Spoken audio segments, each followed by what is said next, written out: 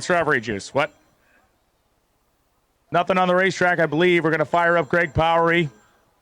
Yeah, they're still on a top inking them off, I believe, and then we'll be able to do that. But I'm glad the track's clear. They also said that we should eat healthier, so that's why we're drinking and eating strawberries. Strawberry juice. We want to say thank you. Thanks to Ace Trailers. Ace Trailers hooks us up with that, so thank you. Thank you.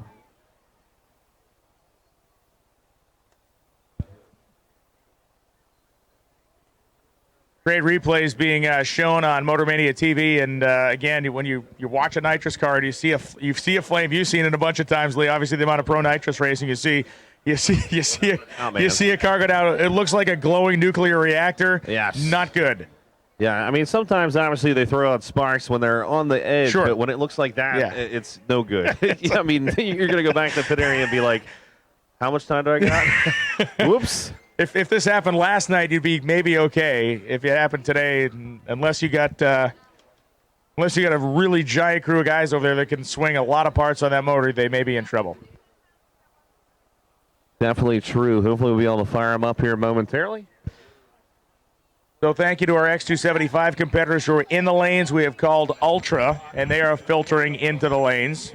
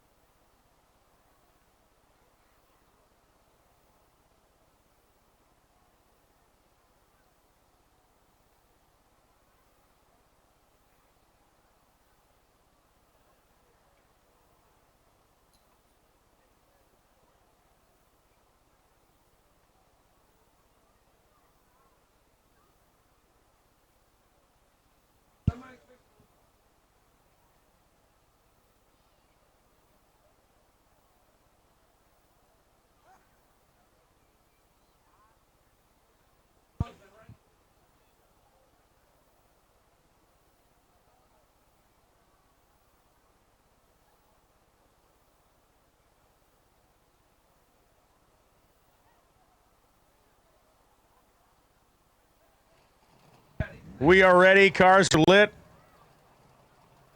Act 3 of the one-man show known as Duck a Life begins right now.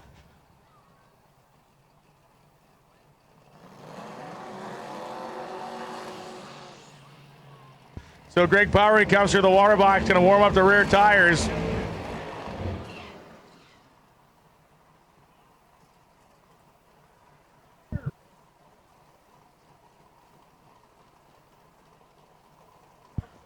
All right, so we got Speed Society saying, hold my beer up here. Greg Powery coming on the right-hand side. Jason Tyson coming on the left-hand side.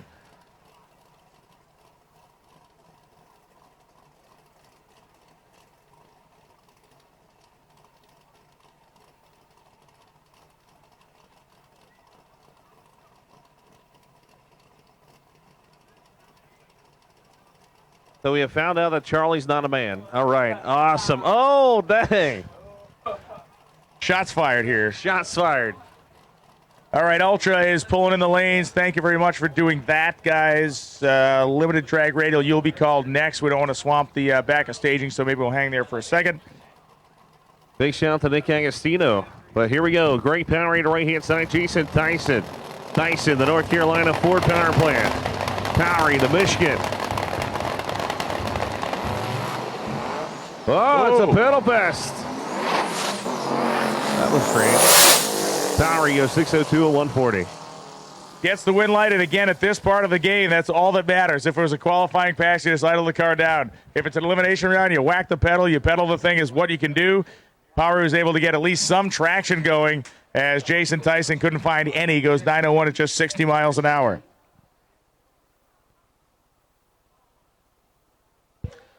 We have the quarterfinals of limited drag radial. Quarterfinals of limited drag radial to the staging lanes, please. Limited drag radial to the lanes, please.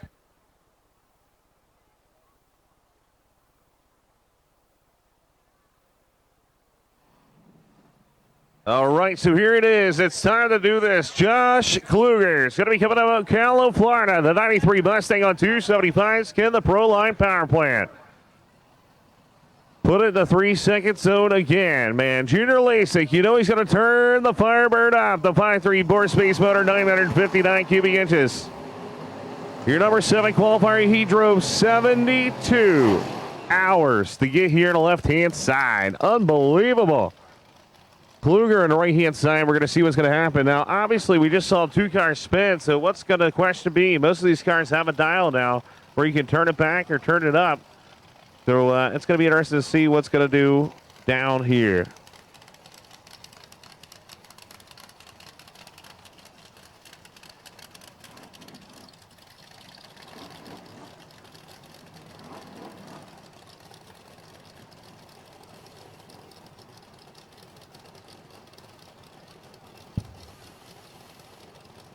Nitrous burn shipping on the left-hand side, the man all the way from Western Canada.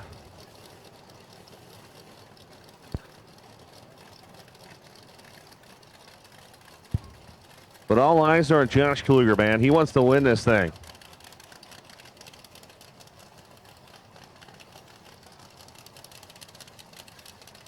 This would be, a monumental upset.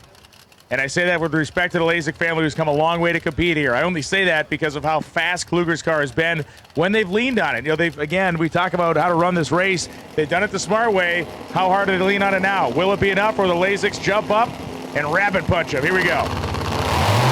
Wow, the radio flyer doing its out. It's going to be Kluger, 414 at 183. Lasik tattoos him on the tree, but this doesn't have the power. 429 at 173. All the props in the world to the Lasik family for coming down here for all those hours, all those days of towing. You represented yourself, and you represented the Canadian radial tire scene very well out here this weekend. Congratulations for your success. You went down to a guy who may very well likely win this race if he can keep it together for another couple of rounds. So on behalf of all of us here at the racetrack, on behalf of everybody that's watched your car this week, thank you to the Lasik family for being a part of Lights Out 9 No Escape. It has been a pleasure to see that race car attack the racetrack and to watch you guys figure it out, so to speak, here at South Georgia Motorsports Park. Not that you didn't have a handle on it before, but you figured out this racetrack, and boy, that is something you can be proud of. All right, guess what time it is? It's X275 as you hold your ears. All right, Bud, we got you, Bud. It's time for Bud. What's up, Bud? Hey, Bud. Hey, Bud. Rich Bruder coming out of Edson, New Jersey, the 89 Mustang right here in the blowout. Here on the right-hand side, the Soma Power Chuck Ford blower on board. Bruder brothers are out here with the atomizer injector machine to prove a point. And that point is that they are the baddest team at X275 once again. Tom Marshall coming out of Salem, Oregon. Talking about a guy that's got a little luck throughout the day. The 89 Mustang on the left-hand side. Can he do it and take out the most feared team at X275? Bruder clears the motor out right quick. It is a neat combination. The 871 plunked on top of a 400 cubic inch, give or take, Ford small block. Tom Marshall, another one of those racers like the Lasik family that came all the way out. He is from Salem, Oregon. Multiple days of towing. Hundreds, if not thousands of dollars of diesel fuel to get here. And he's facing down one of the baddest X275 cars in the history of the class's existence. Marshall. Oh, they got to pedal him. Marshall's going to get down there first as Bruder can't get traction. Tom Marshall from all the way out in Salem, Oregon is going to the next round. Wow. I can't believe it, man. Bruder goes up in smoke. Unbelievable. I would have never thought that one right there. Tom Marshall gets lucky again, man. It's all about luck. You never know where you're going to go with drag racing.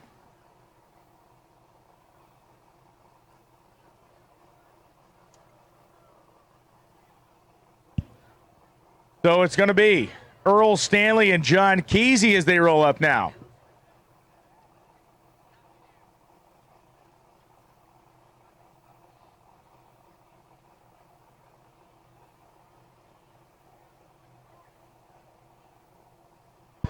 We need limited drag radial. Limited drag radial to the staging lanes, please. LDR, the final 8 cars in LDR, we need you in for pairing. Limited drag radial, we need you to the lanes, please.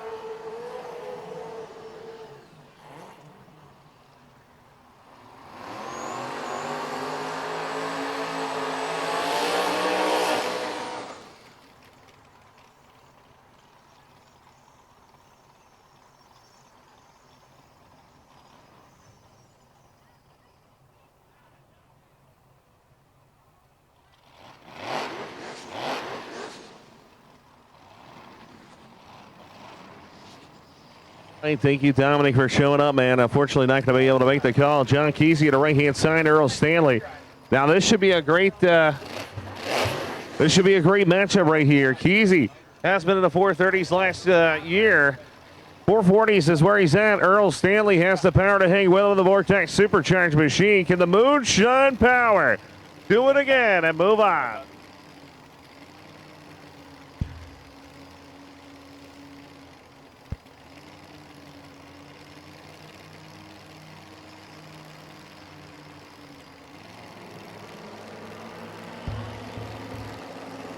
John Kesey goes in. Earl Stanley's in there. Oh, they both smoked it. Kesey's sideways. He's totally sideways. Oh, Stanley crosses the center line, and it was Kesey who was able to keep the car moving straight ahead. Earl Stanley's car was completely crossed up. Wow. He crossed the center line. John Kesey thought his goose was cooked. And Earl Stanley, I don't even think he hit the block. The good news is he knows how to parallel park and puts it in between the cones right there. But he did not hit the foam block. That was pretty amazing.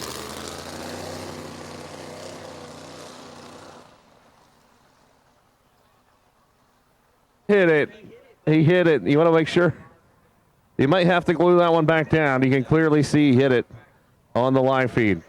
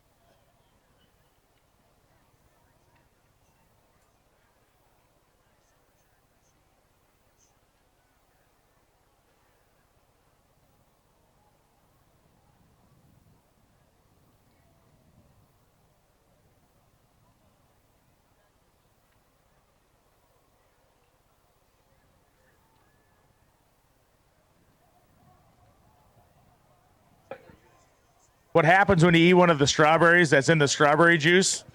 It's like when the nitrous comes in, right? Yes, or the boost comes on. Right. Yes, it's when the boost comes on. That's boost. It's not 20 pounds, it's all of it. Oh, he's doubling down. Strawberries? Jake from State Farm may be in serious trouble. We will keep the medical authorities alerted. But his face looks like the strawberry. Have you eaten a lot today? Because if you've not eaten much, you may be in serious trouble in like 15 minutes. For cone lives matter.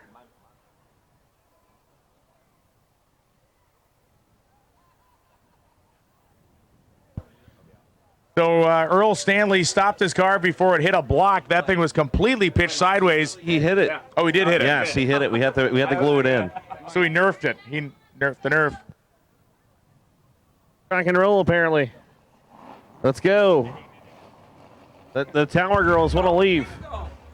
Limited drag radial, we have called you in the lanes. We need small block, no time. Small block, no time. To the lanes, please. Small block, no time. To the lanes, please.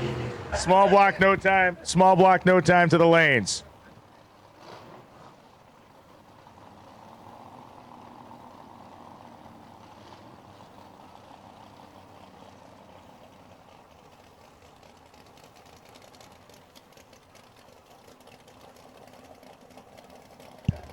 So Shane Heckel is a really interesting guy. I got a note from Will Hanna, who's an alcohol funny car racer, alcohol dragster tuner. He said Shane Heckel is a former Comp Eliminator B dragster record holder. He won a divisional in Comp Eliminator, and he's competed in pro stock over the course of his career, and he's here in the X275 Mustang. You know what? I kind of remember that name from pro stock now, thinking about it. I had to push the memory cells around. I forgot totally about his pro stock stuff. When he mentioned Comp, I did remember, I think, seeing him at an event or two in Comp. So a guy who loves this sport and, of course, everything about it if he's that versed. And, boy, he's got a tough customer in Ron Rhodes. Ron Rhodes, of course, set a record for a small block nitrous car, 438 in qualifying. He puts it right in the beams right here. Oh, man, Rhodes Upset Central right there, 443 and 164. Shane Heckel beats the number one qualifier. Ron Rhodes is going home.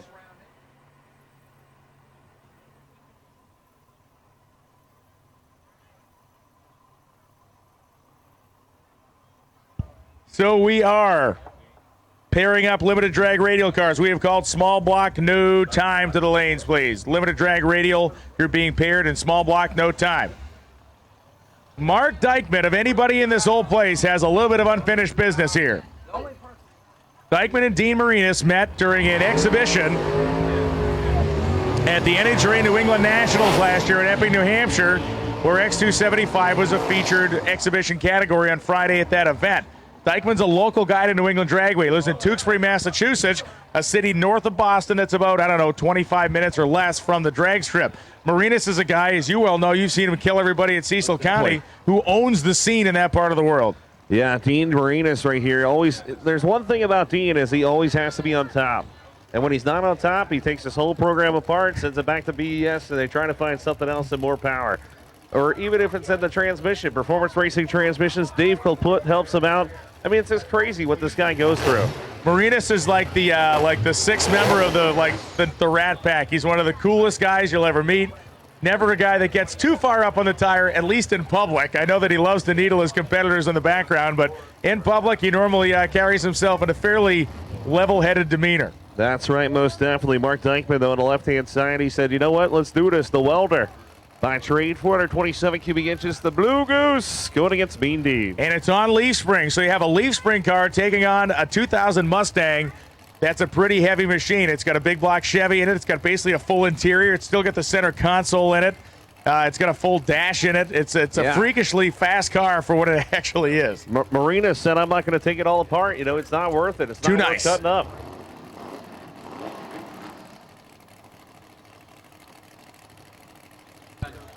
So Dykman's in. Marinas in.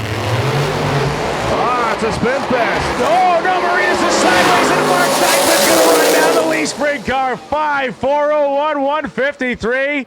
And the Chowderheads are going out of the next round from Tewksbury, Massachusetts. Holy cow. So the Goose got cut loose right there. Wow.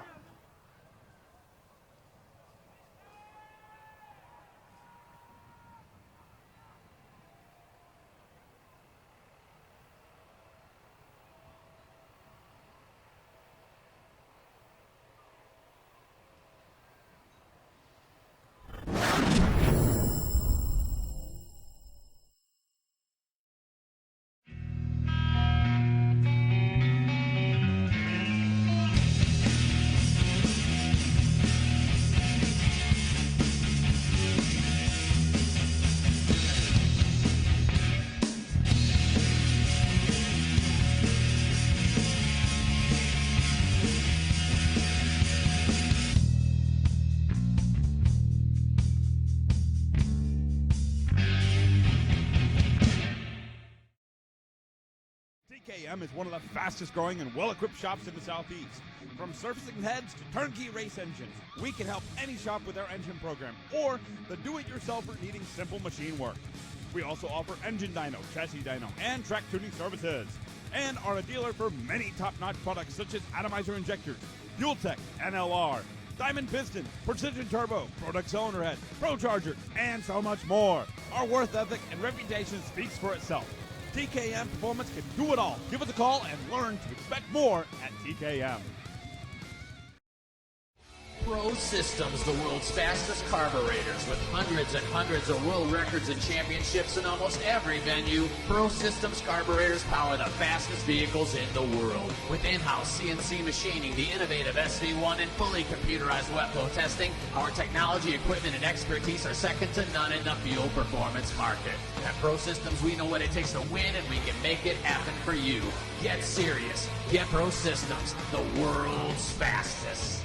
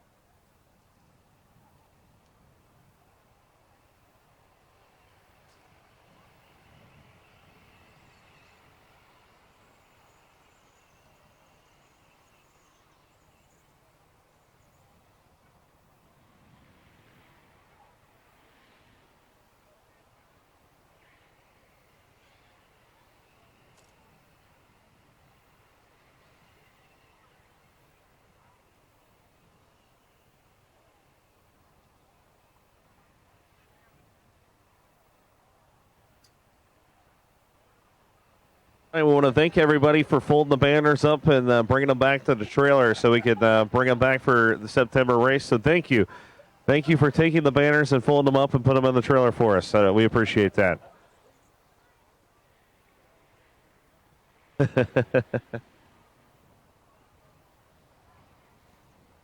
Don't worry, we've got about 800,000 pictures of everybody that stole banners.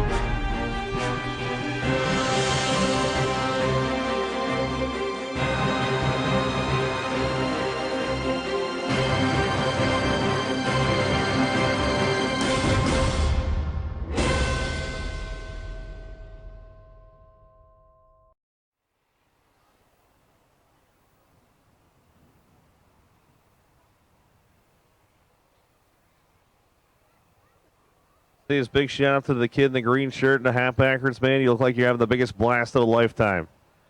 That's right. That's awesome. The Hat Man. What's up, buddy? Hey. That kid's having a blast over there.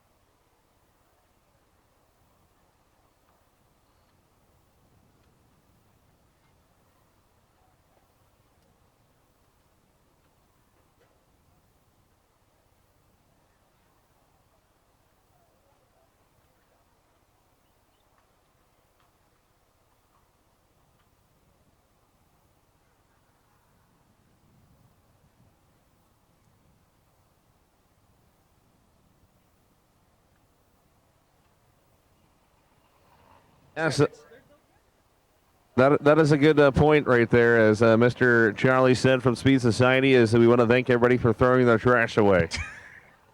I mean, you guys brought the banners back in. You threw all the trash away. It's like we're at a national park. We're doing good.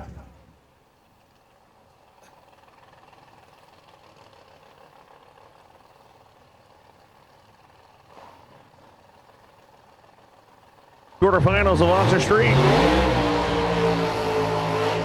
The Brian Keeps going to be coming alive for Myers, Florida, to right-hand side of the racetrack. 98 Camaro, 420 cubic inches of HRE power. He'd love to put this thing in the winner's circle, as they just got the engine done right before Lights Out 9.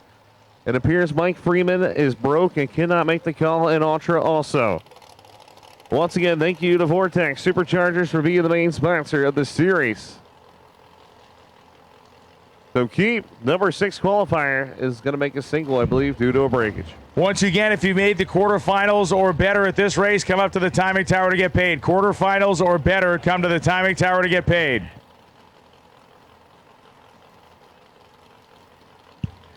Quarterfinals or better, come to the timing tower to get paid here. Final call, limited 275. Final call, limited 275.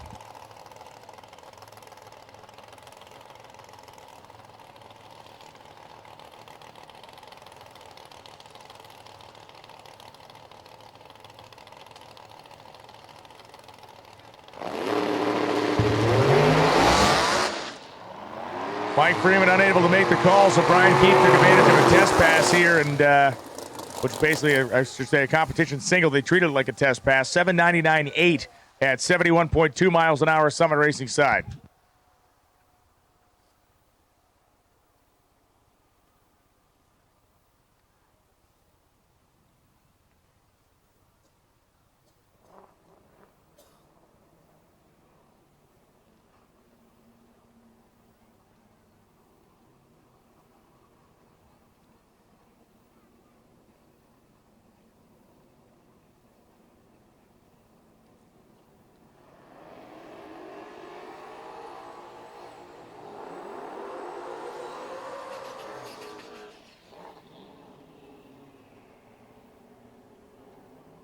Scotty Kincaid coming out of Thornhill, Tennessee. The Bennett 400 cubic inch turbocharged entry right here. Bart Tobner, the Winder, Georgia 2015 Ford GT Mustang. Diablo on board, Race Parts Solutions. It'll be interesting to see what's going to happen here. Obviously, just a little bit on the tricky side so far.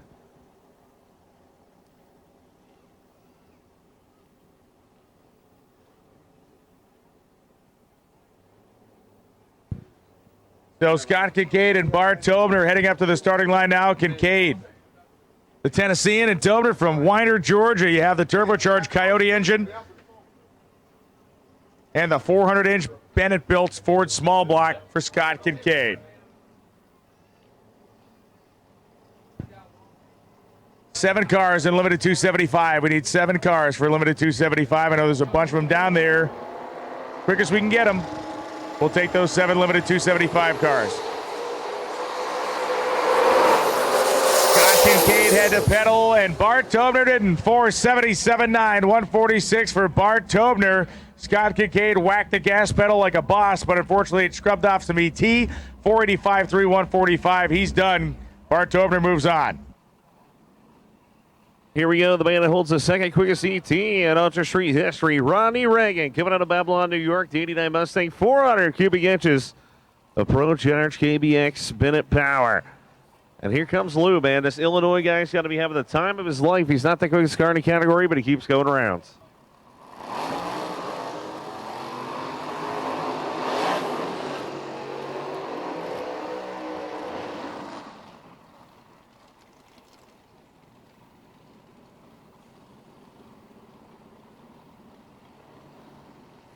Got a couple of Limited 275 cars I can see in the lanes, and hoping you guys are back there getting paired up. Our hardworking staging lane staff handling all that business. A busy, busy job down there, and we're pounding it with cars right now. So Limited 275, if you're back there waiting, thank you for being on time.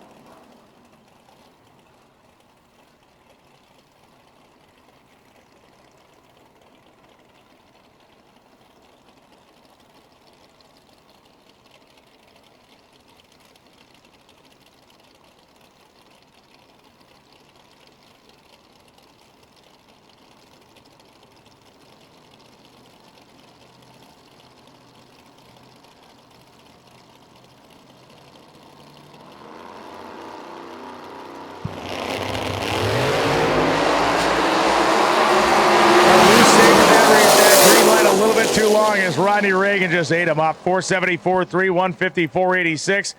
Lou didn't embarrass himself. 4906, 144. Put in a game effort there, but Rodney was off the starting line first.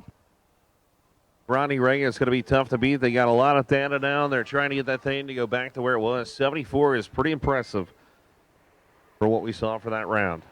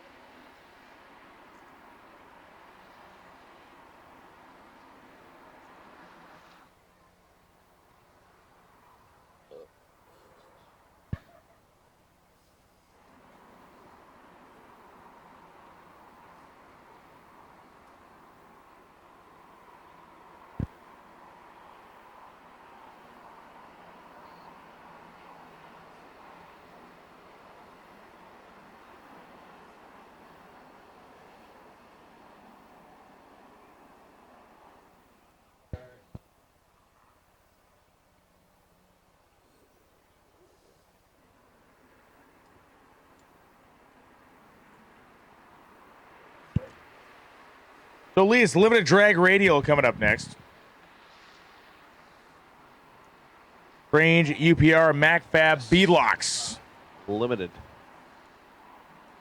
Limited. Lock it down. Put limits on it. Go.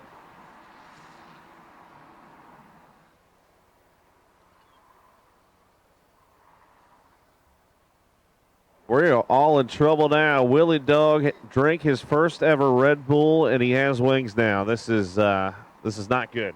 Induction Solutions, home of the world's fastest nitrous system. With an international name like Induction Solutions, you can expect nothing but the best. We are not like any other nitrous company. We are specialized in higher end and are truly customer based and not cookie cutter. Induction Solutions specialize in the design, installation, flowing, and tuning of nitrous oxide systems. Induction Solutions is the best source for your nitrous systems, as well as nitrous kits and thousands of parts. We have done thousands of nitrous systems over the years on just about any application you can imagine.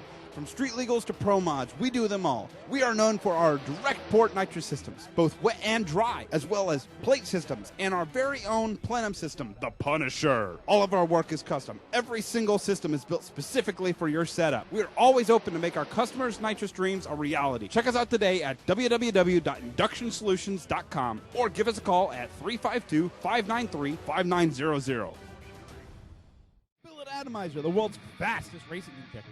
With over 40 years of experience, we are your #1 source for custom racing injectors and the only injector manufacturer in the world that can specifically target the fuel delivery needs of each application. Atomizer injectors are available. Sizes range from 42 pounds to 800 pounds per hour. Racer input is the key driver of Atomizer injector evolution. You asked, we listen. Available now, the new Roots and Screw Supercharged Pro Nitrous and Fitting Style injectors. These specifically designed injectors utilize features derived directly from racers of each class. Atomizer injectors are designed and manufactured by racers for racers and utilize only 100% U.S. materials and labor. Available now, our new Atomizer 4 racing injector ranges from 800 pounds all the way to 1,500 pounds and are available for your high horsepower single injector methanol application. Visit our website today at www.dragracinginjectors.com or give us a call at 757-250-3773.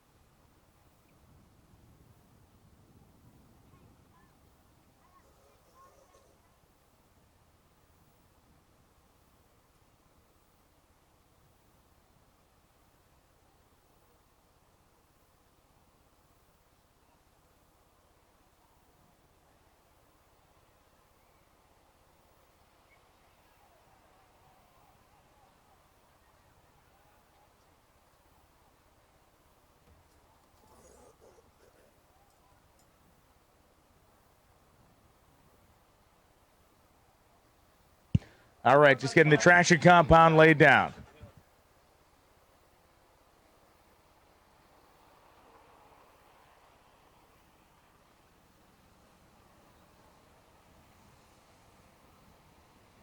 Drag Race Canada, that's right. We finally got it. Lowering the property value of that magazine one photo at a time. That's right. It's now decreased by 30%. It is, readership has plummeted.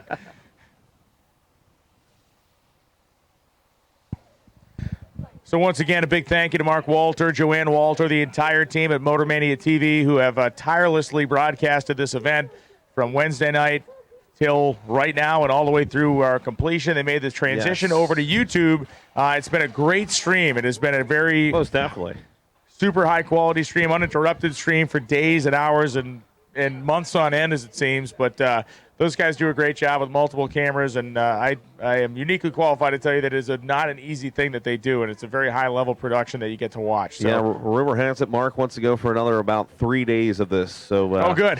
Yeah.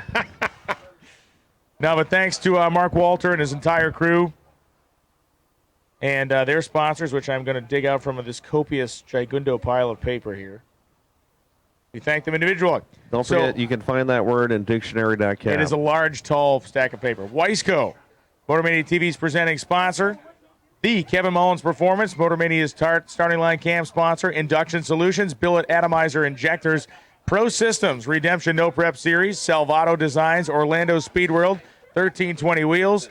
PA Racing, Fast Times Motorworks, ATI Performance. The Radial Tire Racing Association. Venom Racing Engines, Wizard Race Cars, Wilson Manifolds, Lights Out 9 t-shirts, of which we sold out of, JAMA Racing Ministry, and Extreme Radials. The new Extreme Raceway Park in Ferris, Texas is hosting their first radial event, May 11th to the 18th, 2018.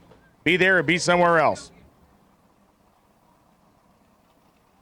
Shout out to Mark Minster. That's right. He said he came home and he has new calves on the ground. So congratulations, man. That's awesome. Man. I hope I don't find any new calves in my house, only because I own no cows. So if I find calves at home, something has gone horribly wrong or horribly right. I don't know. I've never raised a cow, so Be interesting. Yeah.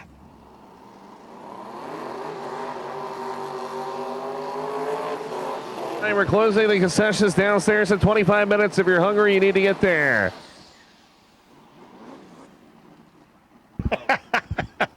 We're closing concession stands in 25 minutes. If you want something to eat, you need to get there right now. So here we go. Time to do this.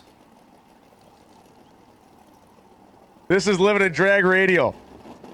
Looking at a post made by some of the folks that were following the Lazick family's adventure here this week, and I had made reference to the fact that they had floated their car across the river and stuff, and one of the guys that commented said he's going to get the log raft ready to float them back home. Spectacular showing by those guys. It's been great to have them here. The Bill Fudge will be coming on right hand side, Miami, Florida. Matt Bell coming on Bloomington, Illinois. 555 cubic inches on the left-hand side. So this should be interesting, man. Bill Fudge has the power to hang with the best of them. So does Bell. We're getting down to the nitty-gritty. We're knocking them out, and I got a feeling this is going to be a close match.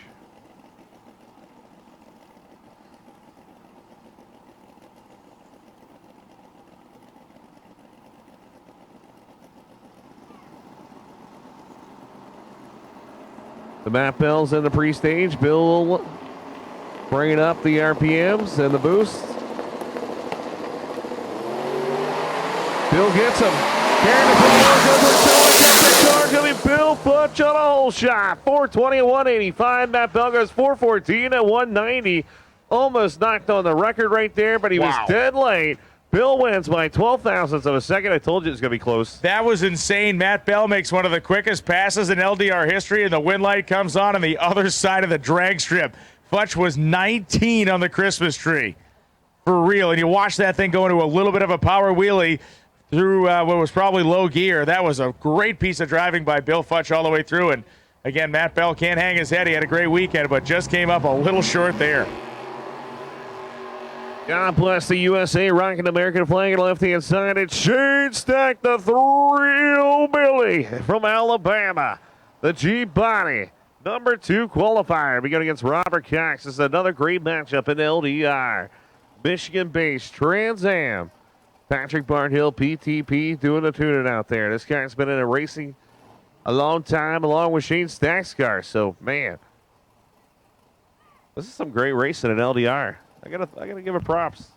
Yeah, it's been fantastic all weekend long, really. It's everybody showed up to play here, and again, on a Sunday night, you got to really, as a racer or as a crew member on these cars, you got to push through the fact that you're probably dead tired doing this for days. You still got to do your job the right way. The driver's got to perform, so mental toughness and the ability of people to concentrate and do their jobs the right way on full display.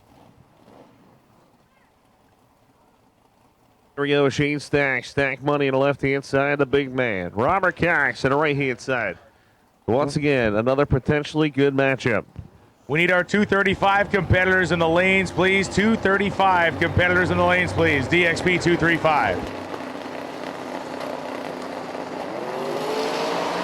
It's all stacked.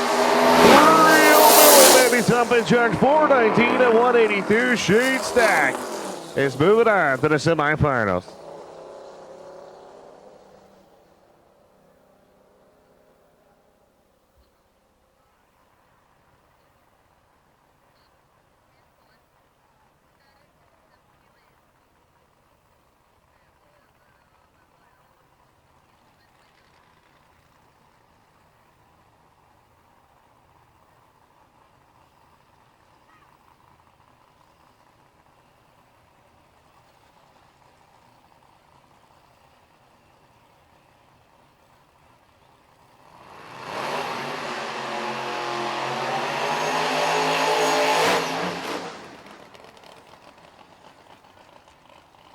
Apparently, it looks like Pearson cannot make the call. Is that what I'm seeing? It looks like it is so. Terry Parks. PKM Power, left-hand side, Princeton, West Virginia. The Nova is going to move on.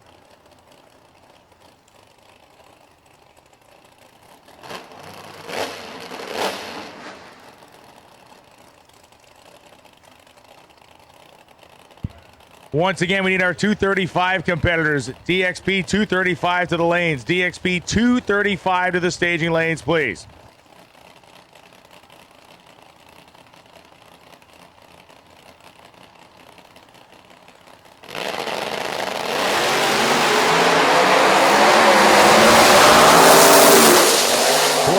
Under 70 miles an hour. They'll be happy with that one right there as Parks going to be moving on.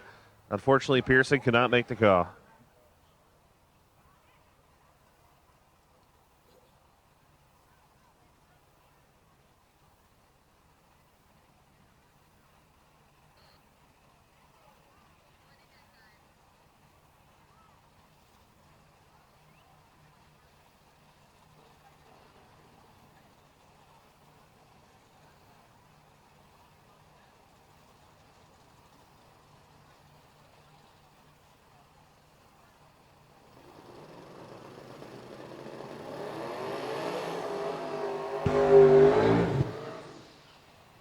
We need 6-0. 6-0 index 5 and 6. 6-0 index 5 and 6. Thank you, Ron. Ron Rhodes is awesome. That's all I got to say, man. I know he's disappointed, but Rhodes is one tough competitor, and that car was absolutely amazing. So thank you, Ron and Kim and all the crew that come out.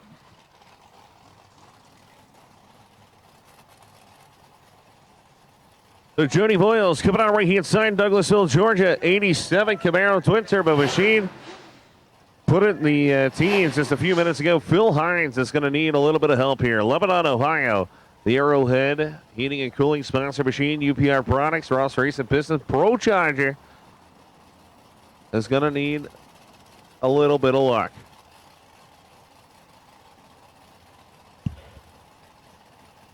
.235 cars should be coming to the lanes for pairing. Only 3 of them left at our 6-0 competitors. Lanes 5 and 6, please. 6-0 competitors to lanes 5 and 6.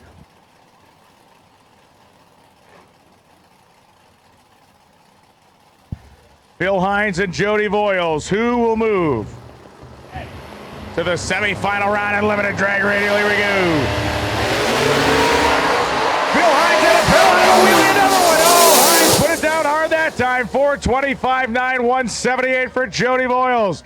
Phil Hines had it all going in his direction until that direction became up. An 013 reaction time, a 109 short time. He was leading Boyles past the 60-foot block, and then the Mustang began to reach skyward, and Jody Boyles' car didn't. Boyles drives down the racetrack 425, and Phil Hines has to wonder about what could have been as the Mustang bounced off the racetrack. Wow, look at that one. Jody takes it. You know, Phil Hines said, I got to turn it up. He turned it up, it held, and it just went to the moon. So there he is, Troy Perez Jr. This is a no-time small block coming at you right there as he's coming alive. Innovative racecraft. Brent Wessel's going to try to take him out with a yes-10 right here. As Willie Dog said his voice is a little hurting right now, so. Let's rock and roll. Set up a semifinal round here. Two pair, man. Phil Hines was on one, though, man. If that thing had kept the nose down, that car was definitely on one. Without a doubt, man. He knew he needed to step it up, and he did, obviously, but just didn't put enough in the front. All right, here we go with the nitrous coming out of left-hand side. Perez, Innovative Racecraft. Going to try to show them how it's done. We need our 6-0 cars to lanes 5 and 6, please. 6-0 cars to lanes 5 and 6. RPC, Ruben, Pino out there doing the tuning. So this is pretty big because Georgia and Florida guys, oof, they like to go at it.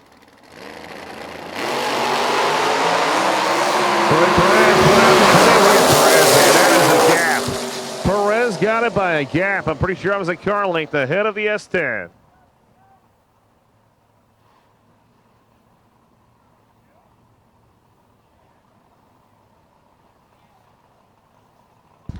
We need Outlaw 632, the final 4 cars to lanes 7 and 8. Final 4 cars and Outlaw 632 to 7 and 8. Our final 5 cars in 6-0 are going to 5 and 6. Outlaw 632, final 4 is going to 7 and 8.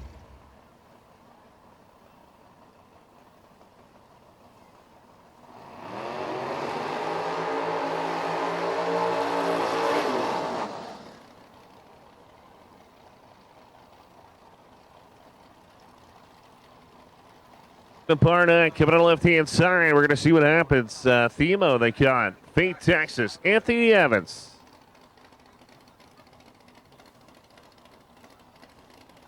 The Georgia-based Mustang on the right-hand side. Once again, this is a no-time small block. So once again, everybody's throat and voice is hurting out there. I know Willie Dog's about passed out. Brian Lowe's about passed out. I'm about passed out. I mean, strawberry juice. What? Nothing on the racetrack, I believe. We're going to fire up Greg Powery. Yeah, they're still on the top, inking them off, I Jason believe, and Tyson. then we'll be able to do that. But I'm glad the track's clear. They also said that we should eat healthier, so that's why we're drinking and eating strawberries. Juice. Strawberry juice. We want to say thank you. Thanks to Ace Trailers. Ace Trailers hooks us up with that, so thank you. Thank you.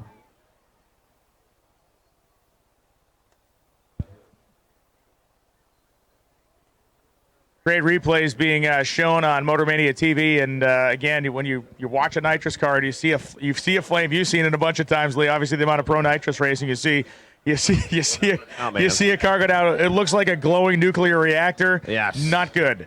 Yeah, I mean, sometimes obviously they throw out sparks when they're on the edge, Sure. but when it looks like that, Yeah. it's no good.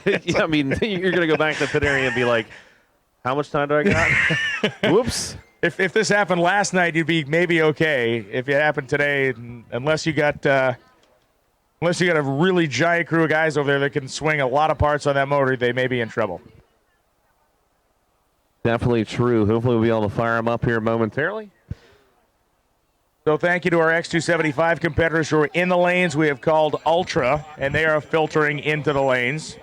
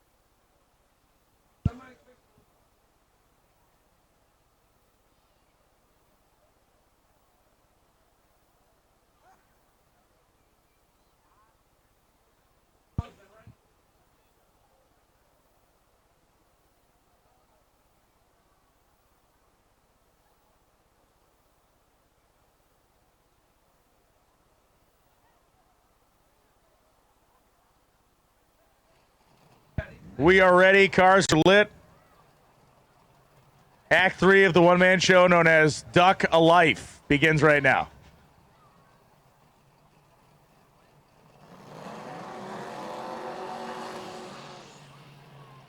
So Greg Powery comes through the water box, going to warm up the rear tires.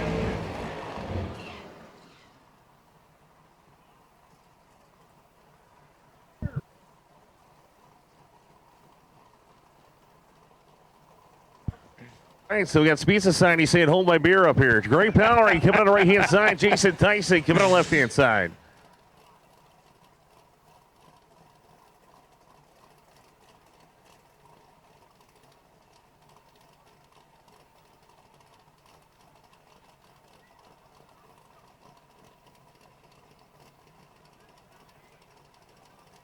So we have found out that Charlie's not a man. All right, awesome. Oh, dang. Shots fired here. Shots fired. All right, Ultra is pulling in the lanes. Thank you very much for doing that, guys. Limited drag radial, you'll be called next. We don't want to swamp the back of staging, so maybe we'll hang there for a second. Big shout out to Nick Agostino. But here we go. Great power to the right-hand side. Jason Tyson. Tyson, the North Carolina Ford power plant. Powery, the Michigan. Oh, it's a pedal best. That was great. Powery goes 602 and 140. Gets the win light, and again, at this part of the game, that's all that matters. If it was a qualifying pass, you just idle the car down. If it's an elimination round, you whack the pedal, you pedal the thing is what you can do. Powery was able to get at least some traction going, as Jason Tyson couldn't find any. Goes 901 at just 60 miles an hour.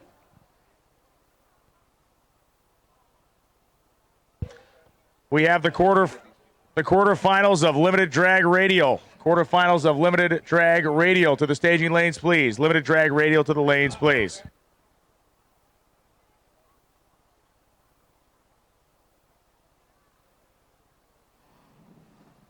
All right, so here it is. It's time to do this. Josh Kluger is going to be coming out of Ocala, Florida. The 93 Mustang on 275 Skin the Pro Line Power Plant. Put it in the 3-second zone again, man. Junior Lasik, you know he's going to turn the Firebird up. The 5.3 bore space motor, 959 cubic inches. Your number 7 qualifier, he drove 72 hours to get here on the left-hand side. Unbelievable. Kluger on the right-hand side, we're going to see what's going to happen. Now, obviously, we just saw 2 cars spin, so what's going to the question be? Most of these cars have a dial now where you can turn it back or turn it up. So it's going to be interesting to see what's going to do down here.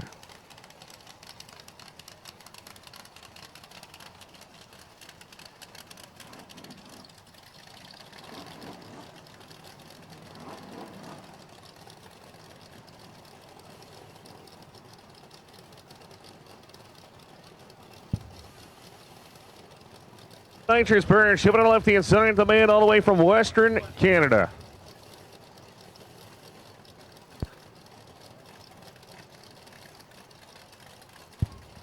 But all eyes are on Josh Kluger, man. He wants to win this thing.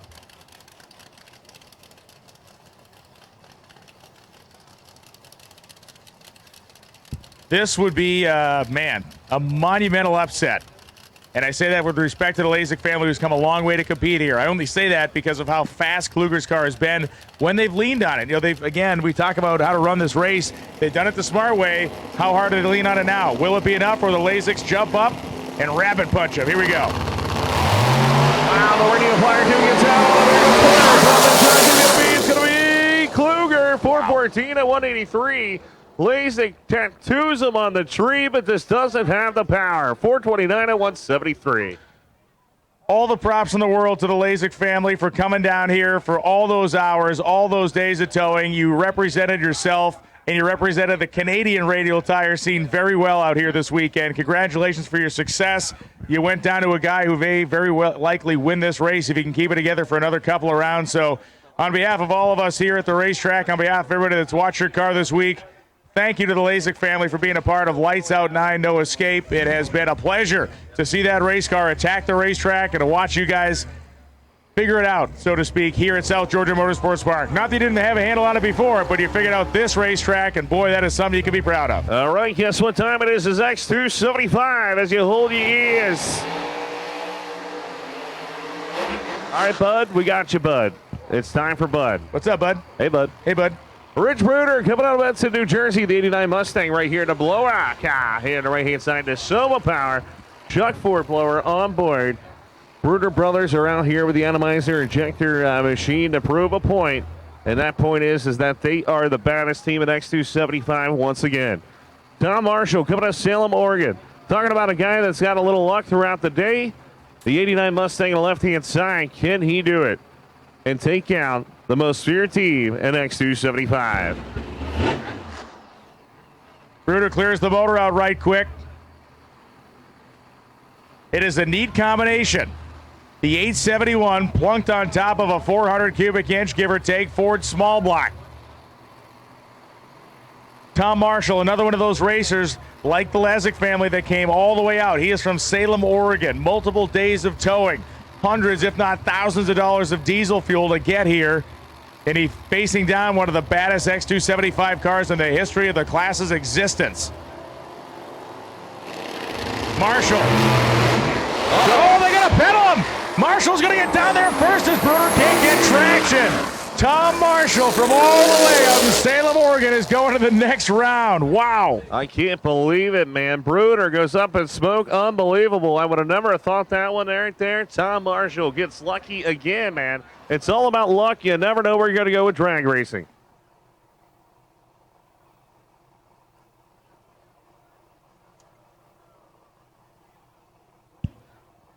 So it's going to be Earl Stanley and John Kesey as they roll up now.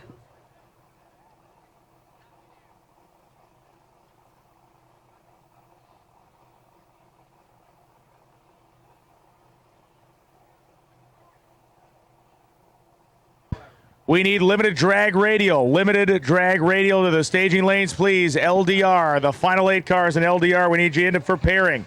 Limited drag radial. We need you to the lanes, please.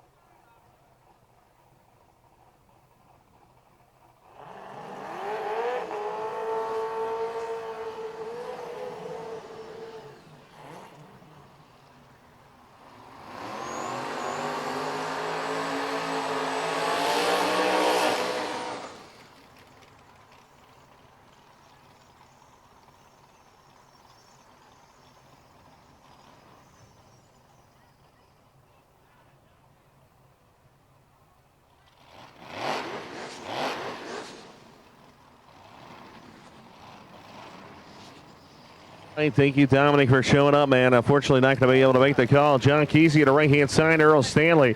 Now, this should be a great matchup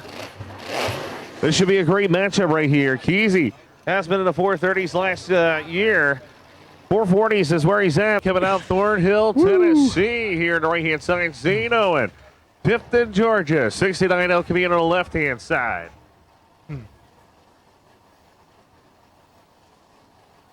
Going to use the plunger the most to move on to the next round.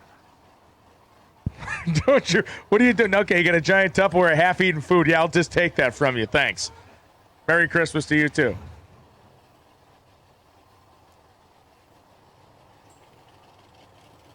It's going to be 235 cars coming out next, the semifinal round. 6-0 competitors loaded up. Thank you to our Outlaw 632 semifinalists that are in the lanes. We need open comp to lanes 1 and 2. The 6 remaining cars in open comp to lanes 1 and 2. Things pull them on for Scott Kincaid. The El Camino.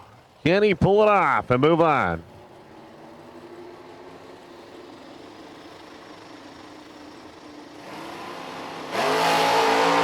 He gets him on the tree. It's going to be...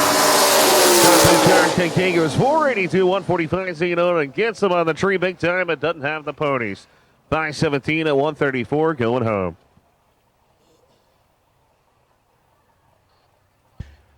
Jason Anderson coming up now. Anderson, the 1969 Chevy Nova 565-inch motor. Putting himself into the next round here as we are in the 235 category. So he gets the freebie to Buy the final. to the final, baby. Yeah. Anderson's been pretty unstoppable. Went 5:15 last round. Let's see if he can do it again.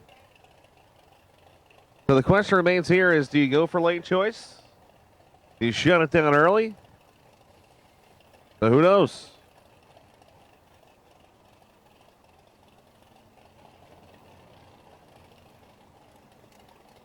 I would say he goes for it.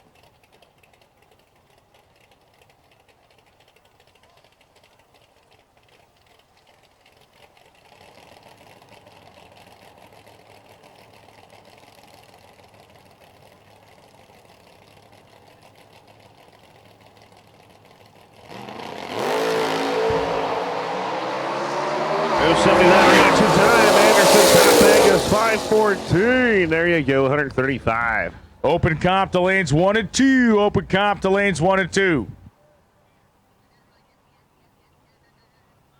Radial versus the World semi-final round. Lanes 3 and 4, please. Radial versus the World. The final 4 cars. Lanes 3 and 4. RVW semi-final lanes 3 and 4.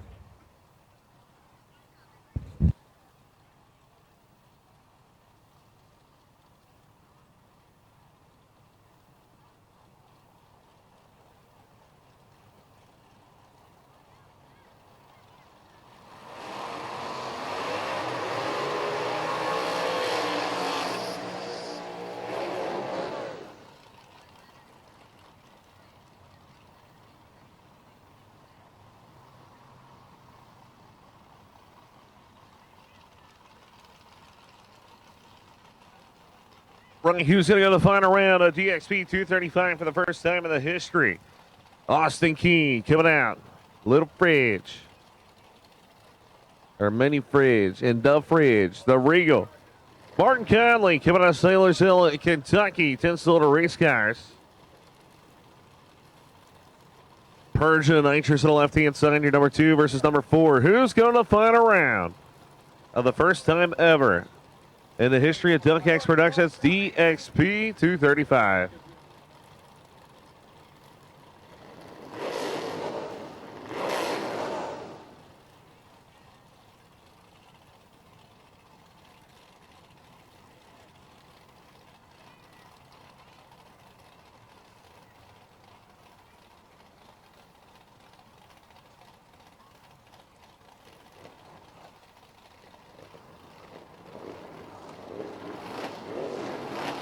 All right, so Duck is getting hangry. Oh, right, 8, never mind. We're all getting delusional. That's what it is. What do you mean getting? Past it.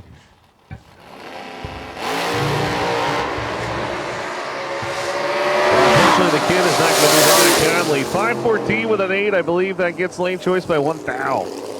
I'm not mistaken. 134. I'd have to go look at the sheet. Let me double check. Radial versus the World semifinals to the lanes, please. RVW semifinals to the lanes. It will also take the no time. 3:15 final. No time. 3:15 final to the lanes.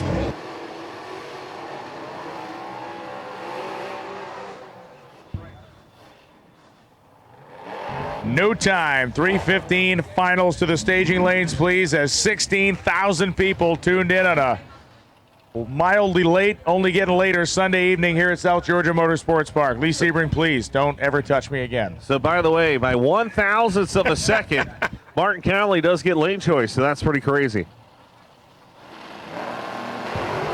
Here we go. Frankie Radicke and Greg Slack go past the 330-foot mark. Right down to the 8th mile, and it's Slack running 6:004. Wow. Matchup right there. By 14,000ths of a second, bad Frankie goes 6:01. Is not good enough. Slack shows them how it's done with the converter. Speaking of converters, wouldn't this be ironic? This would be pretty amazing as Greg Slack, the converter guy, goes along, and Kenny Ford, the PTC converter guy, is up next, lined up next to Dennis Smith. It won't happen. Kenny Ford, 24,000 red. Wow, goes red. Dennis Smith, 004, goes 5.999 at 113. Kenny Ford was dead on with a 3, but he was 24 thou on the red side. So that was red for him.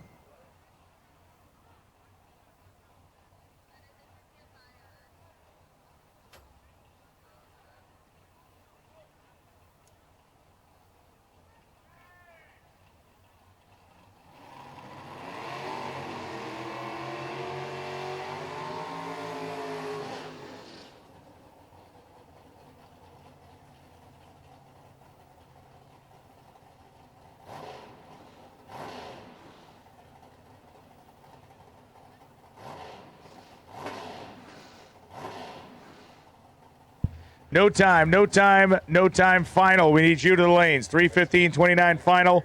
Open comp, thank you very much. We got all of yous over there in lanes 1 and 2.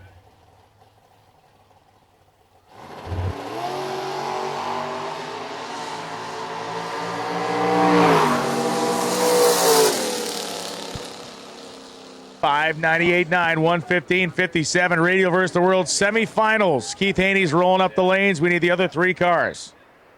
Radio versus the World semifinals. We need the other 3 cars that Donald Long is openly praying defeat Keith Haney at some point tonight, or you'll have to change his country of residence.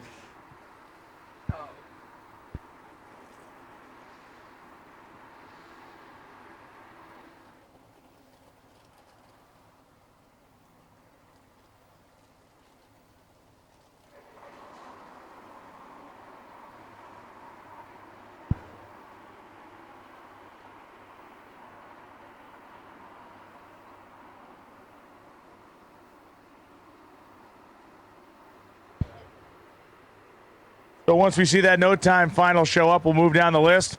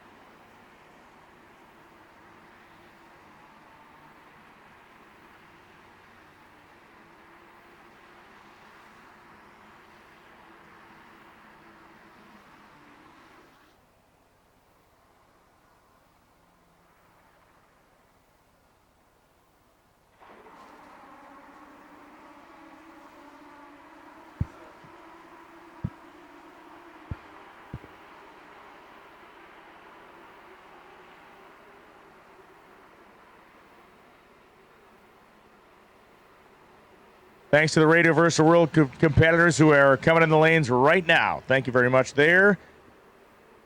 No time, 3:15 cars waiting on you in lanes 5 and 6. That's a final. No time, 3:15 lanes 5 and 6.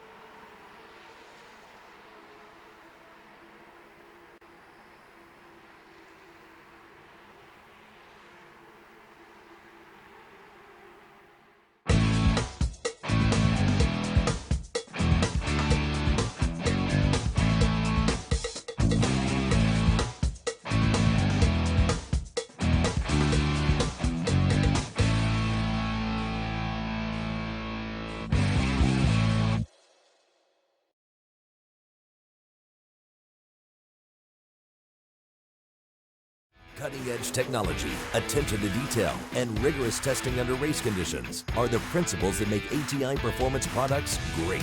For more than half a century, we've been helping racers like you reach the finish line first. Today, we manufacture a wide range of high-performance parts that are track-tested and race-proven. We're passionate about performance, and we want to make our passion your performance. Get the whole ATI Performance product story at ATIRacing.com.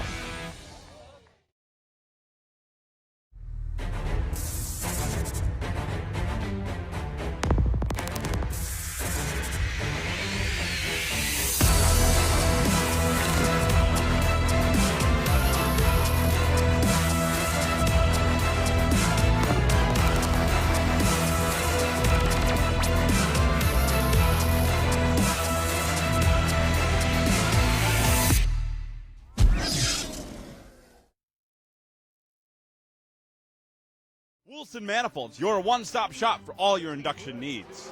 Wilson Manifolds offer top-of-the-line billet manifolds made specific to your cylinder head and application. For a perfect fit, the highest quality, and the best airflow distribution money can buy. Wilson Manifold can pave the way by converting your existing manifold with optimum injector placement and complete your EFI setup with one of our top-of-the-line billet elbows and throttle bodies. Our throttle bodies are completely serviceable, either trackside or in-house through our service and maintenance program. See our latest developments on Facebook and at wilsonmanifolds.com.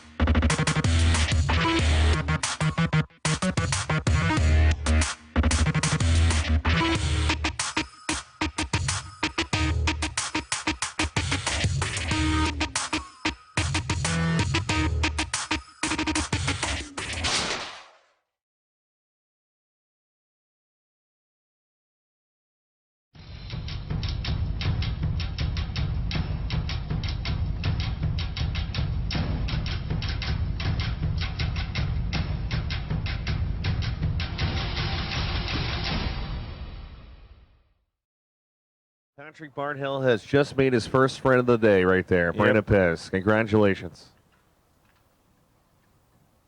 Brandon might want to wash that hand that he just got. Check for your wallet, sir.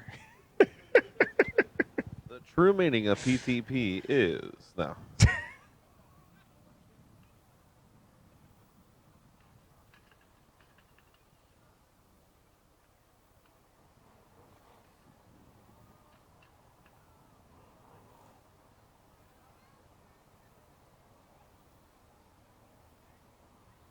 So will Ken Cortuccio find his way into a final that by all rights he probably deserves to be in? It's been the quickest car of every single round, whether we're talking about qualifying or eliminations.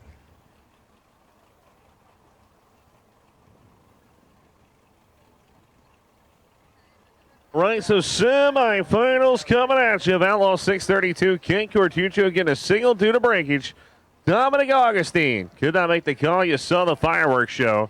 But look at this beautiful 69 Camaro. Man. I'm not a Chevrolet person. I drool over that car every time I see it.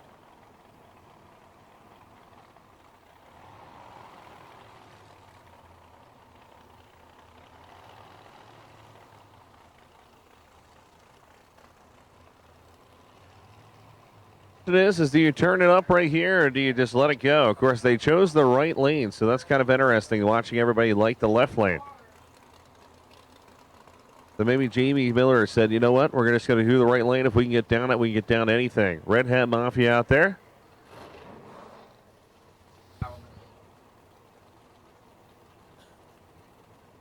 Everybody has a pillow. Duck needs to go to bed. No, he doesn't. No.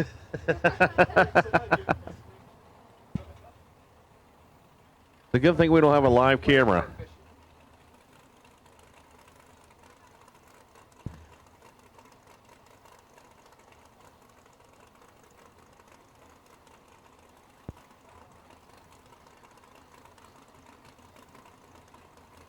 Jordan says that he loves Kias. Congratulations.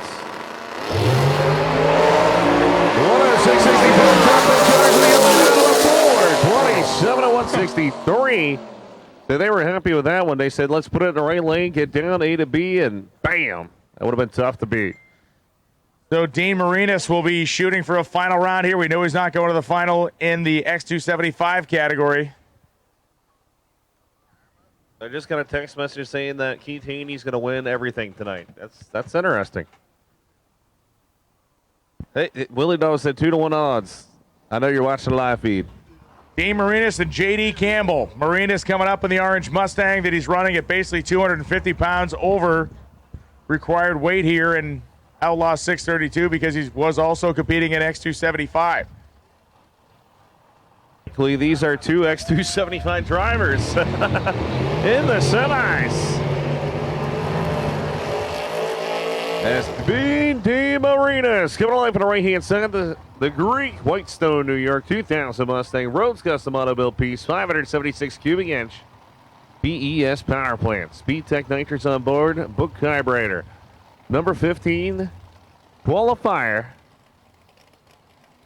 And J.D. Campbell, Arlington, Texas, 68 Camaro, 457 cubic inch small block. Your number 6 qualifier. Spraying the X into the night air. Texas versus New York. We're almost at the sigh of relief.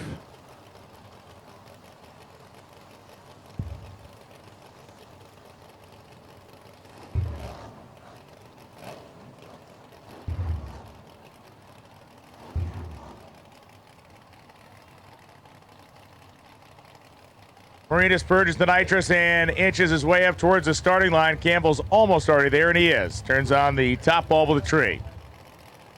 Awesome view for the starting line, Cam. Look at the side-by-side purchase, man. That's pretty awesome. Marinas having the benefit of that last run in X275. While it was a losing effort, it certainly gives him a good picture on what the racetrack may look like. And off they go. Marinas is going to the final round in Outlaw 632. 443, won at 163. J.D. Campbell goes 454.7, 157. Lee, my question to you is this. Marinas knows he's 250 pounds heavy. How much does he pull out of the car to try to give Cartuccio a run for his money? As much as he can. Yeah. Why not? That's all I got to say. Why not? Clear the start line. Otherwise, Duck says we're going to attack you because he wants to pause the program. Once again, we need to clear the starting line. Radio Versa World drivers, suit up. We need Pro 275. Pro 275, semifinal round of the staging lanes, please.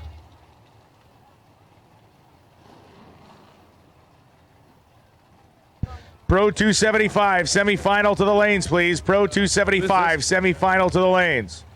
Joe Socia. Oh, no. Oh, Sochak. My bad. Joe Solchak. Who am I supposed to plug? What's the sponsors? The sponsors. Mickey Thompson.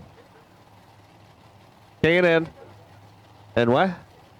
Fiddle Performance. Never mind. See, she wouldn't say it. Ken Harryberg coming on the right-hand side. Canada. 9:58 here. Ah, man, this is going to be close to the stripe. Can Sojek take it? Jump in it. Yes, he can. Look at that. Good old dad wins. 663 dead on with a 798. 034 in the tree. Ken had him on the tree, but he breaks down by 14 thousandths of a second.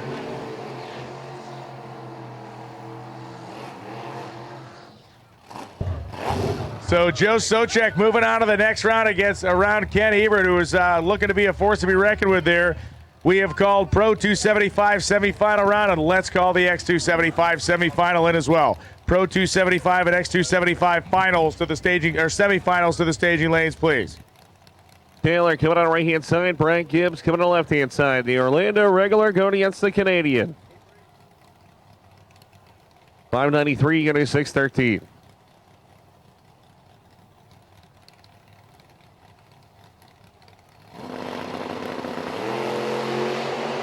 All right, Camaro out in front. Here comes the Mustang. Mustang a little late on the tree. Top end is going to be Bobby Taylor. Breaks out by 4 thousandths of a second. Gibbs breaks out by a little more.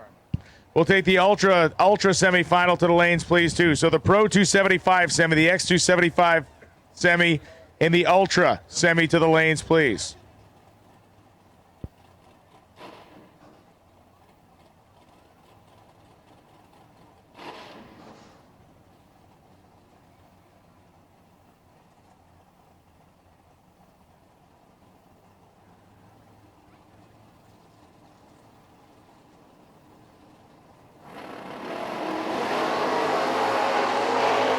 So Hutchins is going to go out in front. Here comes Grant. Grant's going to try and catch. Grant shows the DEC. Goes 2 off, 108. Joe Hutchins goes 662 at 104. We need to clear the starting line. Clear the starting line, otherwise we'll kick you out the property, apparently. We need the starting line cleared off, please. Get out of the way. We're prepping the racetrack. There is no need to be out there. Please leave the starting line.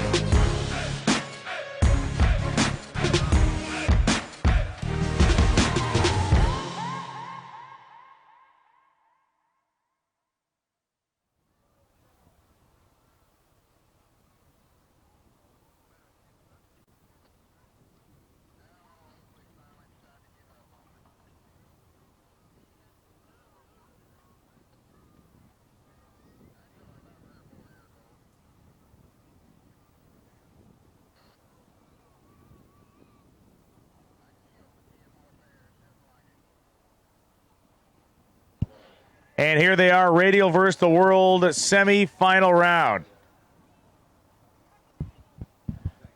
Going to be Paulo Jus and Keith Haney squaring off.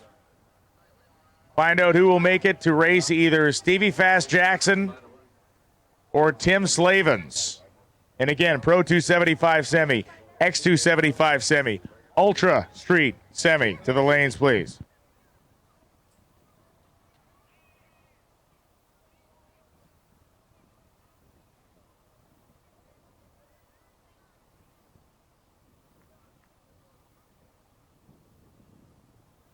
All right, so if you're still on the property, start head to the stands. That's right, it's going to be semifinals of PTC Radio versus the World. Brought to you by Diamond Pistons right here, coming at ya.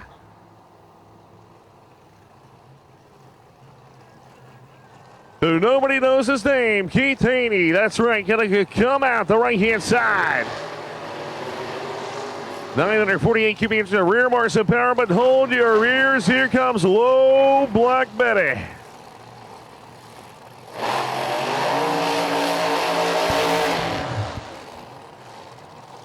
So Haney on the right-hand side is 948 cubic inches of rear margin of power. He's got Schweitzer Dynamics, Brandon Squared, Brandon Schweitzer, of course, Brandon Perez doing the tuning.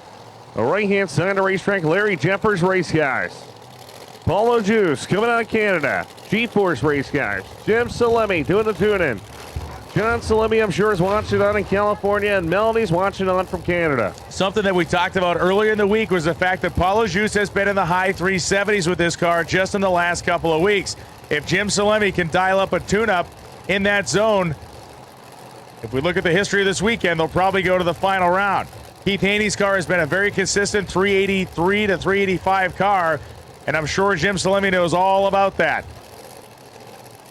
Most definitely, we're going to find out. Haney in the right-hand side, Juice coming in the left-hand side. This could go either direction. Who's going to go to the final rounds here in Lights Out 9? No escape.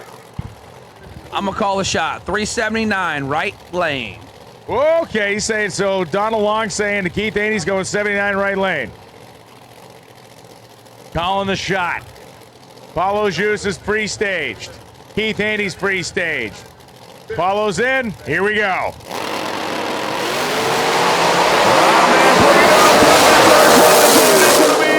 Keith Haney, maybe 379 at 198. 017 on the tree. Paulo is 048, 378 to 198. Unbelievable. Incredible. Keith Haney wins it on a hole shot. That 017 light, we talked about it last round.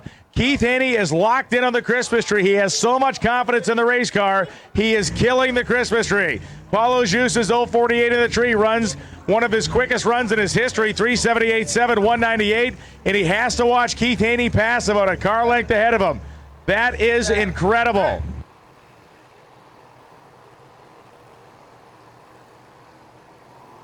Hold your ears.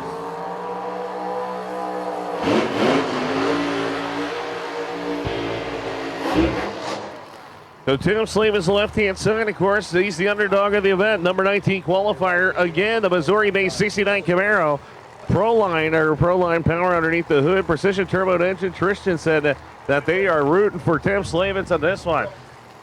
I'm not rooting against Tim Slavins, of course, because it's a spectacular story, but who does not want to see a Keith Haney, Stevie Jackson final round at this race? That would be Who does not want to see that? That would shut the internet down. You're correct. Stevie Fast Jackson coming on the right-hand side. Evans, Georgia. 15 Camaro. Let's see what's going to happen right here. Can we see the iconic Stevie Jackson going against Keith Haney? That's going to be one of the most talked about final rounds if it happens.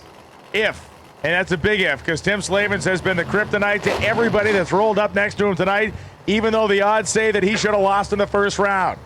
He has waded his way through the field in that much more stock-appearing vehicle than any other thing that is left to race. So Phil Schuler says this is a stock suspension car on the right-hand side as he puts it in the names. Slavins is in. Here comes Stevie Fast. Racing. Wow. 378, 199. Look at Slavins, 383 at 209. But Stevie Jackson is going to the final round with lane choice. That's right. Stevie Jackson has lane choice. Going to the final round. Phil Schuler, Jeff Pierce, everybody's all smiles out there. We need to get everyone off the starting line. Get out of the way. Move. Yeah, if you're like, he can't be talking to me. Yeah, I'm talking to you. People standing on the wall, people standing on the racetrack, clear the starting line. Off the wall. Off the wall. You need to get off. If you're standing on the wall, get off the wall. Okay, Jack Green. Not crouch down on the wall.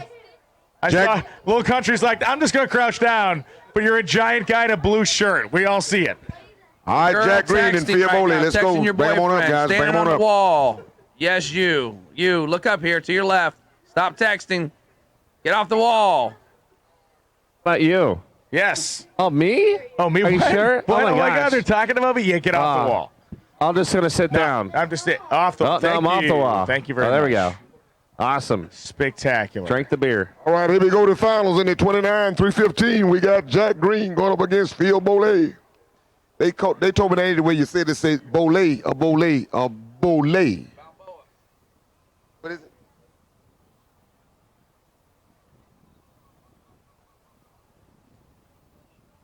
All right, guys, here we go to the finals in the 29-315. Coming up at you in the left lane. It looks like it's going to be Jack Green in the left lane. Phil Boley out of Michigan in the right lane. There he is right there, the white Mustang coming up, baby. There, he's coming right up. We've called a bunch of semifinals in. We need also, we've called Pro 275, and we've called X 275, and we've called Ultra in. Now we're going to call LDR and the small block no time category. LDR and small block no time semis. Okay.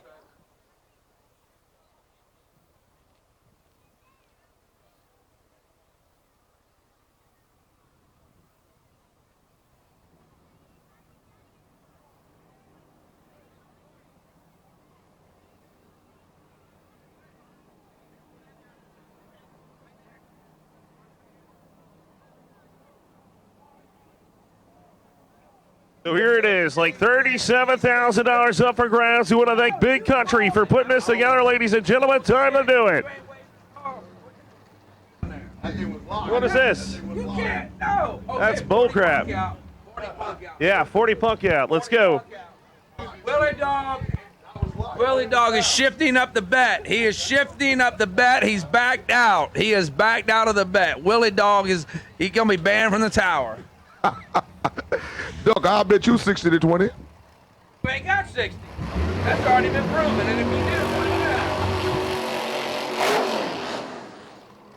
Here we go, $37,000 up for grabs. Who do you got? Everybody here, it's a lot of money up for grabs. Jake Green, Knoxville, Tennessee, and the Warbird.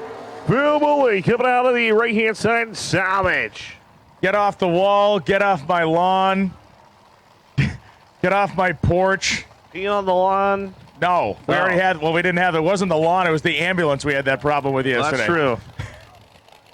Yes. So So Jack. So here we Jack go. Green and That's right. Phil Boley are about to race as Donald Long It was locked. and Willie Dog have an argument in what may be English. I'm not sure it is a language that it's Esperanto. They're arguing in Esperanto, folks. Jack Green purging the nitrous in the 1968 Pontiac Warbird, a car that has, again, had a long history in PDRA Pro Nitrous competition. And Phil Boley, a rather surprising guy to find in this position. He had a rough beginning of the week, but the car has come around day after day.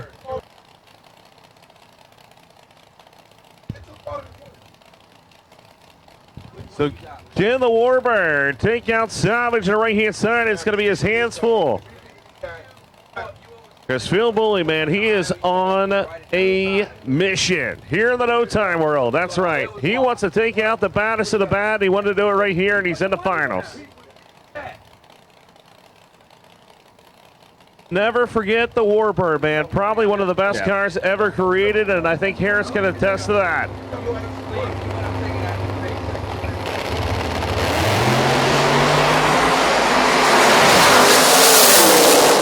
Wow, Boley! Phil Boley wins the 315-29 or the 29-315 no time challenge. $37,000 going to the salvage team. Look at that. Red Hat Mafia is all smiles. They're going to party tonight. That is amazing deal because Boley's car when we started the week was not necessarily one you looked at and thought it was a contender, and they chipped away at it over the last couple of days. And Phil Boley, 37 grand. That's a payday. Well done to the Squatch. Well done to the rest of the team down there. Wow. In green, again, we have no incrementals. We got nothing because the clocks are shut off. But, I mean, it was a door-to-door drag race down the track. That was great. That was one hell of a fun around right there. The nitrous car trying to hold them off, but Red Hat Mafia said, see ya. They tuned that thing up. So now we have called limited drag radial and small block no time semifinals to the staging lanes, please. LDR and small block no time semis to the lanes.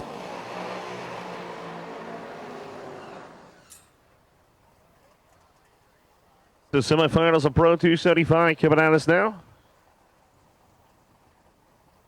Brought to you by TRZ Induction Solutions, RK Racecraft. Greg Power, you get the buy run. Clarkston, Michigan. Billy Briggs Power.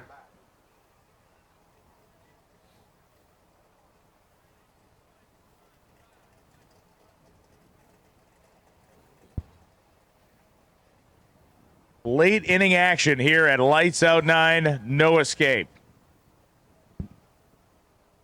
But to be honest, we've actually reached a point now where there is some hope of escape.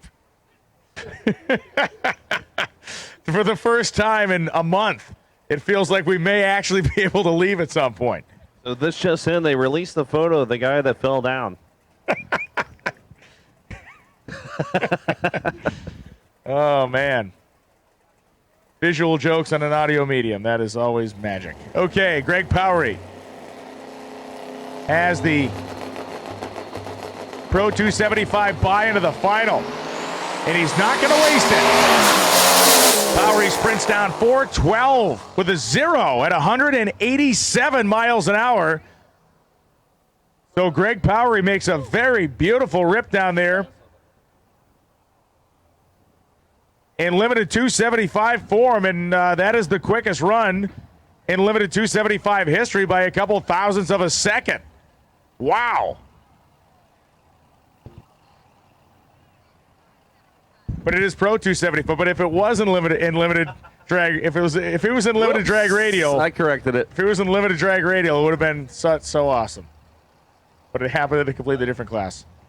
Yeah. Josh Kluger coming up right now, and he will be lining up next to a Nova.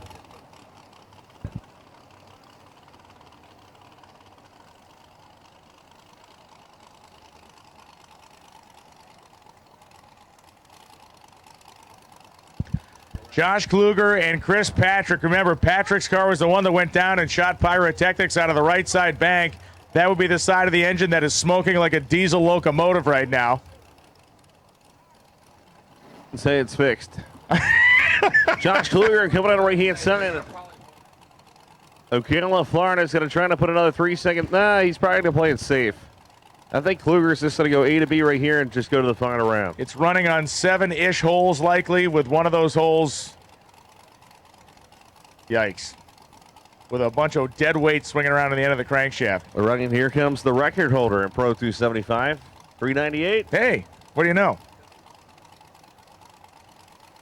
But man, if that 412 was an LDR trim. So Chris Patrick trying to get one up on Kluger here. He's double balled him.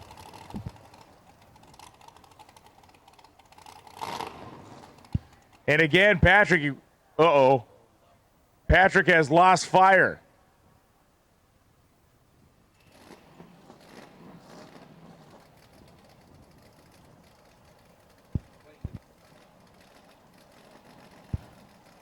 So Patrick's car again is running. You can see the smoke rising out of the exhaust.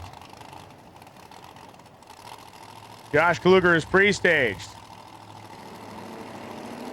Patrick's in. Kluger's going to have to turn on the second ball, but he does.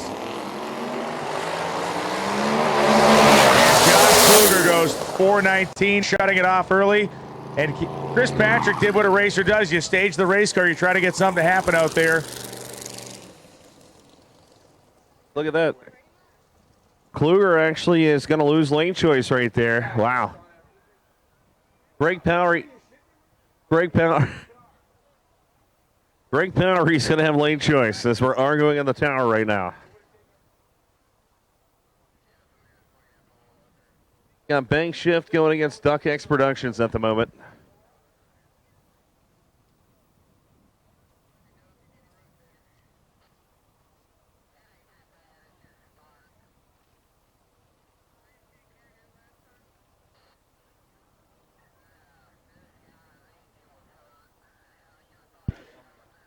So Chris Patrick came up, staged the car, and obviously it was a wounded duck as Josh Kluger went down, clicked it off early, 419.7, 185.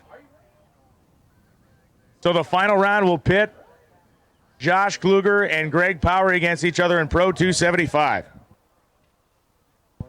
We need the limited 275 semifinal and the DXP 235 final. DXP 235 final and limited 275 semifinal to the lanes.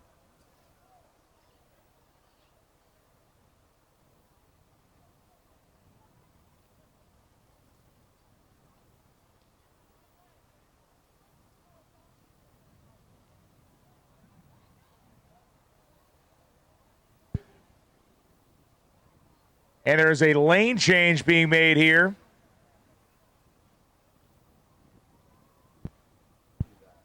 Mark Dykman's car rolling back. It's going to be racing Shane Heckel. Heckel decided that he wanted the right lane after seeing what happened with the Nova on the left side.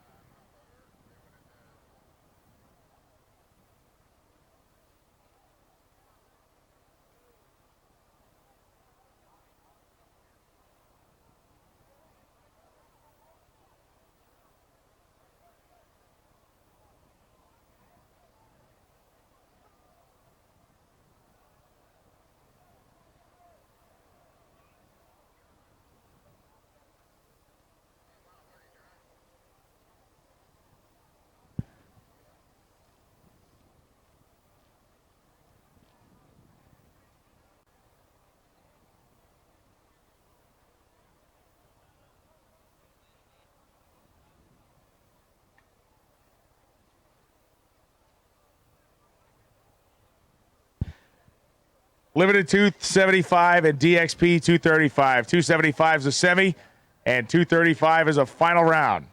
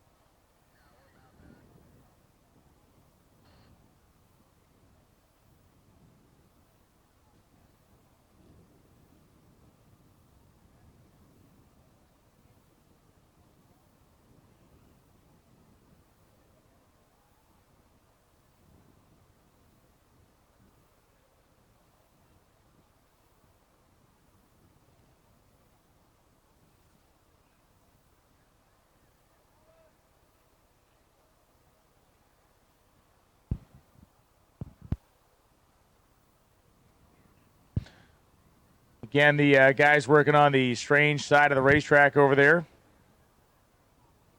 Mops are out there.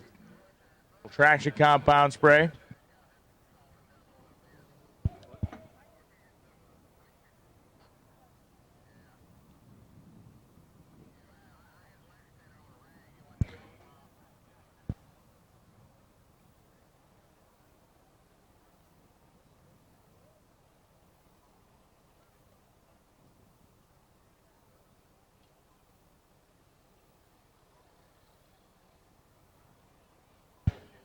So it looks like the rotator going to do its rotation on the strange side, assuming that no spectators are run over in the process because they're standing where they shouldn't be. But right now, I think it would be a victimless crime if that happened. I'll be very honest with you.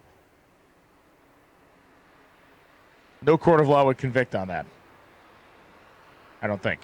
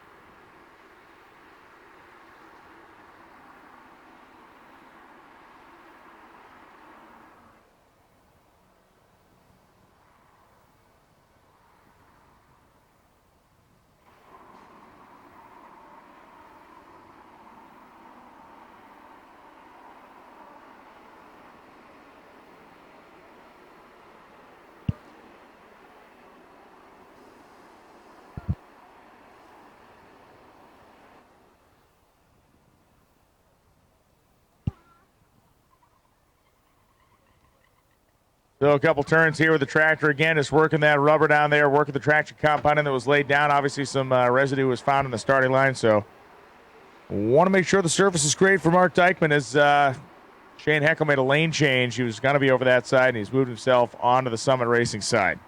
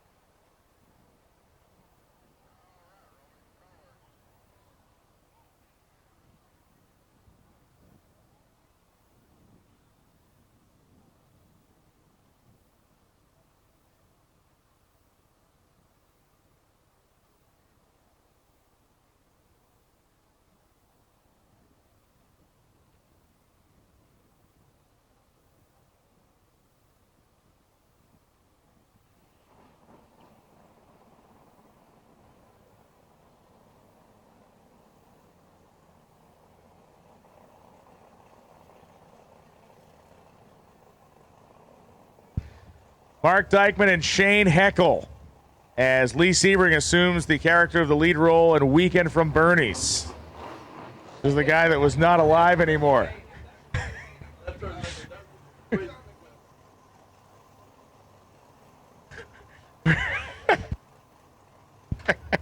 right, yeah, that's right. I'm awake now. There he is. He's been woken up. At ya. He has come back from the dead.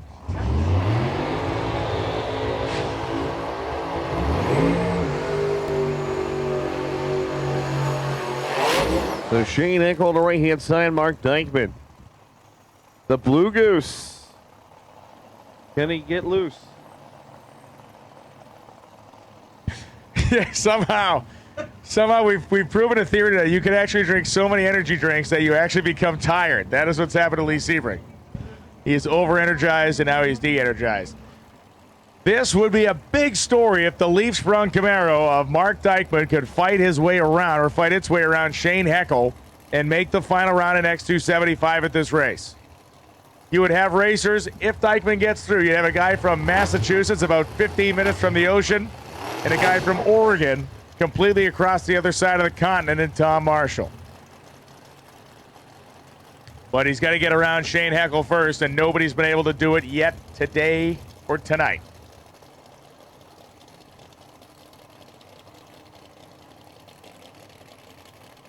Shane Heckel pre-staged Mark Dykman in that newly fresh and touched-up lane. Going to have a lot of traction over there. We'll see what happens to the nose of the Blue Goose when he comes off the starting line.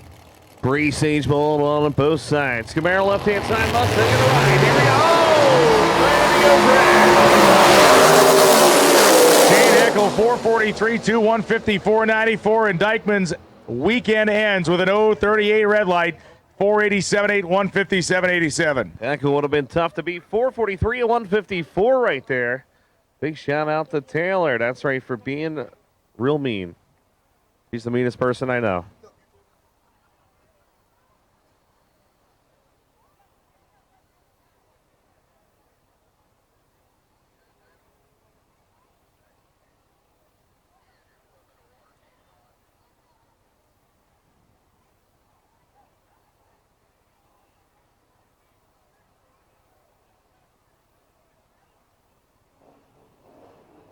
Right, so there we go. The moon's going to turn green, apparently, on the 20th. So make sure to mark that on your calendar. Oh, not. Why Yeah, we need the small green? block no time, guys. They need to be in there right now. Yeah, we've been calling them. Yes. Yeah, small block no time. You need to be in there. Limited 275 semi. And the 235 final needs to be in the lanes, which I believe a lot of that stuff is. All right, so here we go. John Kesey, the Moonshine Power Machine, going to be coming out of Coatesville, Pennsylvania. The 89 Mustang there, sheer fabrication.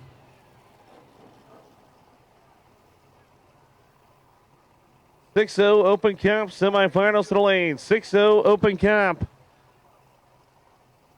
Semifinals to the lanes, please. Tom Marshall would be one heck of a story also is Salem, Oregon. 89 Mustang here on the right-hand side.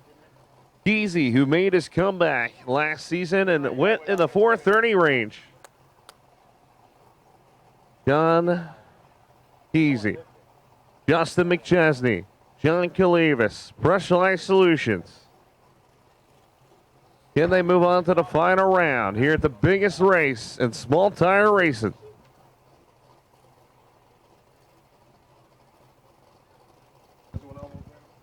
.60 and Open Comp semifinals to the lanes. 6-0 and Open Comp semifinals to the lanes, please. Here we go. Marshall's in. Keezy gets in left-hand side. Bringing on the power. Tough and charges. It's going to be John Keezy. 452 and 163 going to the final round. They backed it down just a little bit to go A to B. Marshall got him on the tree, but didn't have enough. 461 and 153 margin of victory. 56 thousandths of a second. Got our Ultra Street semifinal coming up next. I do believe we have called the 6-0 semi and the Open Comp semi to the lanes.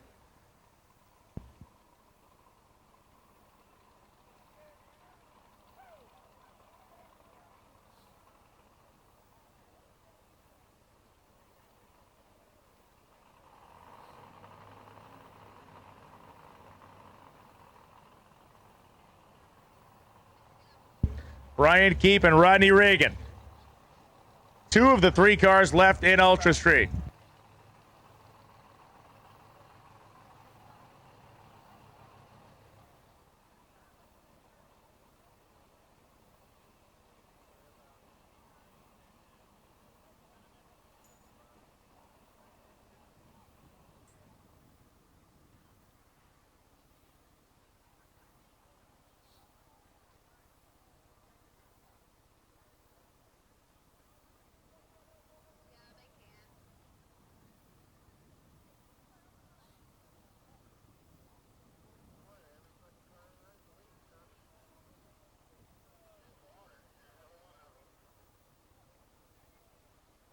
Just some water being mopped up. We're getting a report, some water on the right side in the Summit Racing Lane. That's what the guys are mopping down there.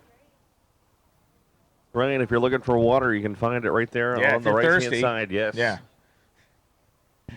I'll give $5 to the first person that takes their tongue and puts it to the racetrack. No, you don't want to do that. Listen, some dude already chugged a bottle of Sriracha, or attempted to, before, throwing up fire because we were joking about it. Let's not go down that road. Open Comp and 6-0 semifinals. We need those 6 cars, and I see Greg Slack down there. Thank you for those that have made it in. Hold my beer, watch this. Ha, ha, ha, ha. I want to do a back jog. Ready? Oh, here we go. To the left, to the right. Up in the air, down the air. Yeah, man. Oh, man. Let me sit down. I'm getting dizzy. Ready? Oh, no, I'm still awake. Oh, I'm falling over now. My bad. Let me sit down.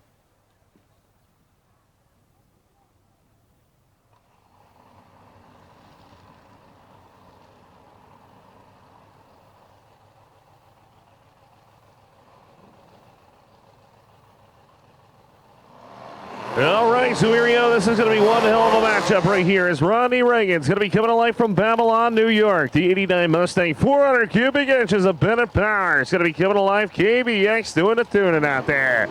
Justin McChesney, John Calevis. Reagan holds the rights to the second quickest pass ever in Ultra Street history. But the guy on the left-hand side says, bring it on. Yeah, Brian Keep has not had any real major mistakes made this weekend. Car's been deadly consistent.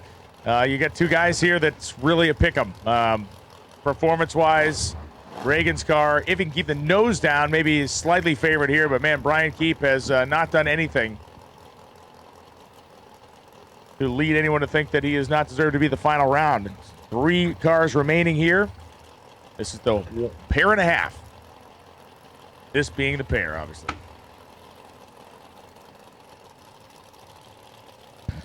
Ultra Street brought to us by the creaky chair that Lee Sebring is in, along with Aerospace Components, AMS 2000, and Pro Charger.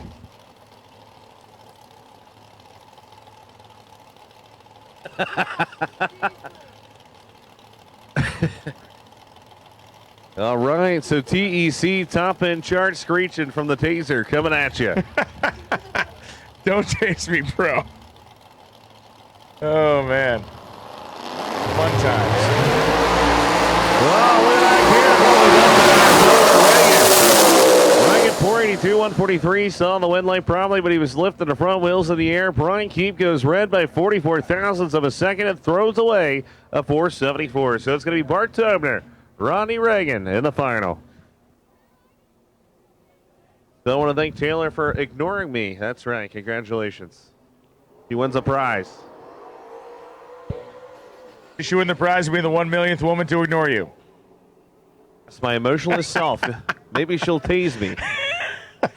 Some guys pay good money for that.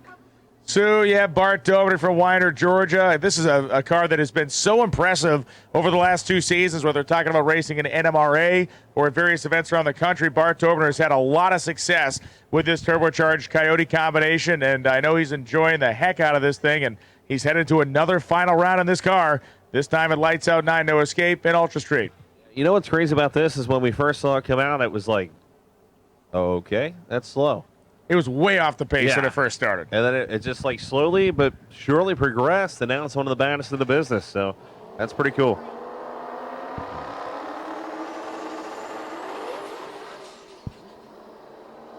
Swing and a miss out there for Bart Tobner, but that's what you do. You take a swing and a miss when there's no one in the other lane.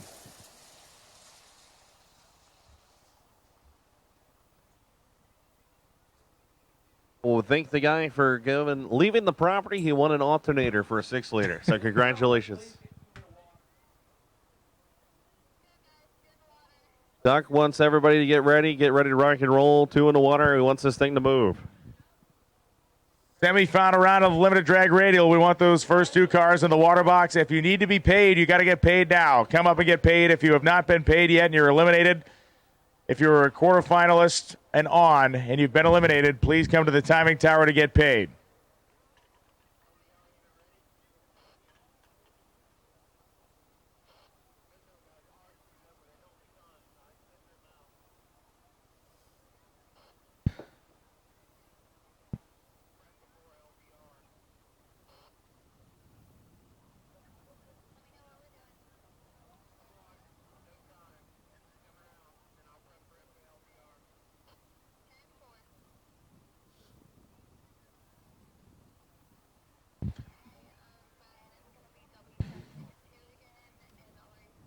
So a couple of semifinals left to run, and then this entire joint is going to be in finals in every remaining category.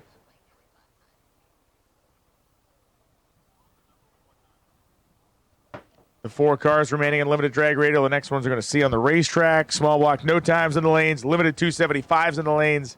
235 finals in the lanes. Semifinal in 6-0 and semifinal at Open Comp in the lanes. All right, good. Small block, no time. They were ready. They're coming. These no time guys are model citizens. They're ready to go, properly dressed, ready to respond. They're ready to go. They're prepared. They're Boy Scouts. Right. They want to get paid. All right, here we go. My man Troy Perez, he's going on down. He's got the bye run to the finals. He will come back and run the winner between Stephen Barnett and Boney.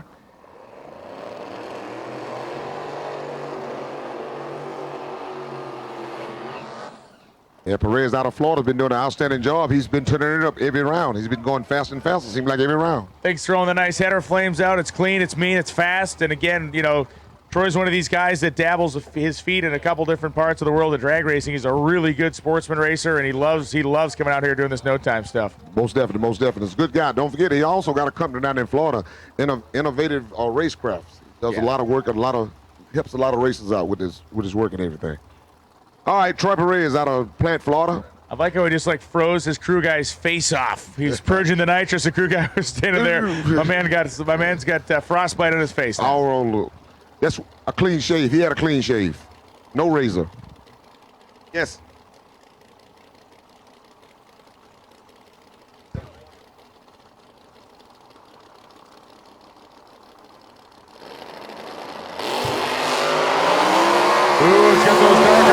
Flames. Careful, buddy. He shuts it off early. Troy Perez Jr. Plant City, Florida, coasted through to the traps. It had the homicidal flames going, like the engine homicidal flames. Not the gorilla flames, not the white flames, the homicide flames.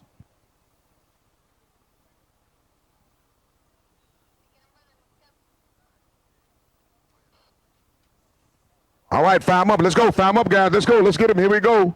Semifinals in the small block, no time. The winner will come back around and run Troy Perez for all the marbles, y'all. And in the right lane, we got out of Medora, Georgia, my man Anthony Evans, a.k.a. Ant Boney, going up against Stephen Barnett, a.k.a. Themo Diaz, and the guys out of Texas. This ought to be one hell of a race here. These two guys have been laying it down. Ant Boney's been having a little problems, but he's been coming around. He's getting faster and faster and better every round. How you pick this one, Brian? Man, it's kind of surprising to see Evans this deep in the program, and I'm not saying that to take a shot at the guy, but you know we talked about it the other day. It was like everything that could possibly go wrong for this dude went wrong. Yes, it went wrong, but he seemed to be getting better and better every round. This here will tell the story. This I predict this will be one hell of a race right here between these guys. I predict you'll be on the trailer in about 30 seconds. Who? Evans. I predict Duck finally got one right, maybe.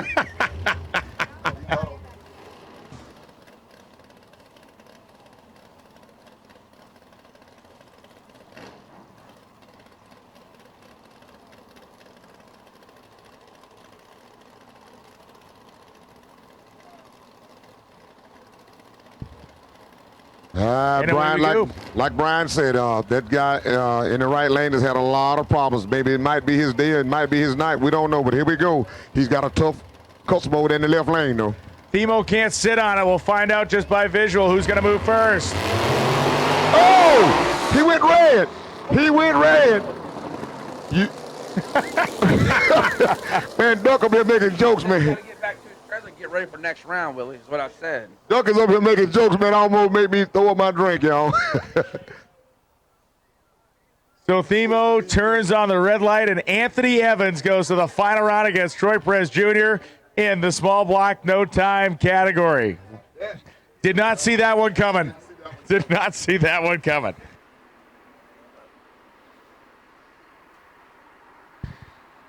Donald, Mr.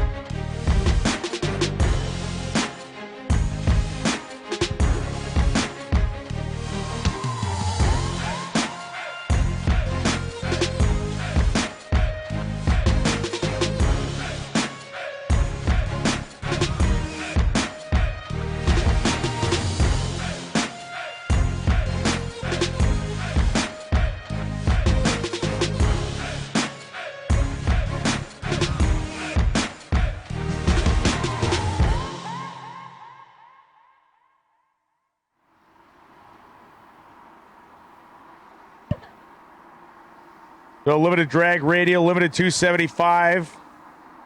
6-0 in open comp are the last four semifinals we have. After that, everything else is final rounds. Did you believe we would get to this point, Lee? I'm sorry, I had an ear problem there. What did you say? I said we have 4 classes in semis, and everything else is finals. Wow. All I know is I just found out that I'm an angel. I have a halo.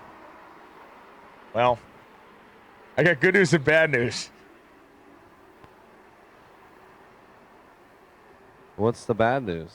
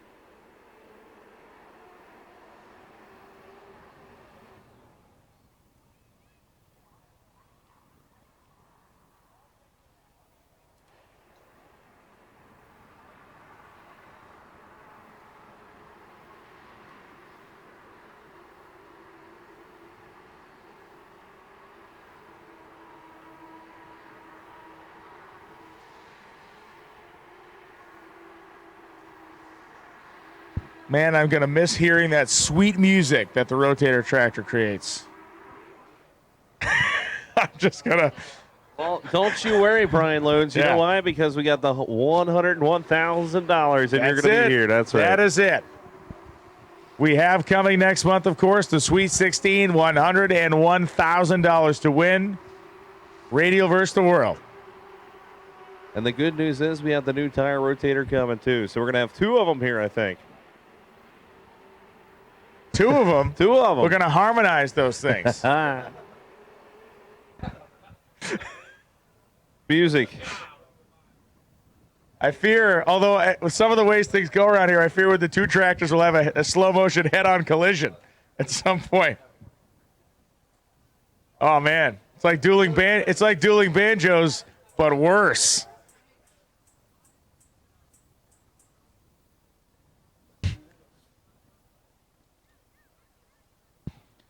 It's like we got a random guy in a pickup truck driving in front of the timing tower.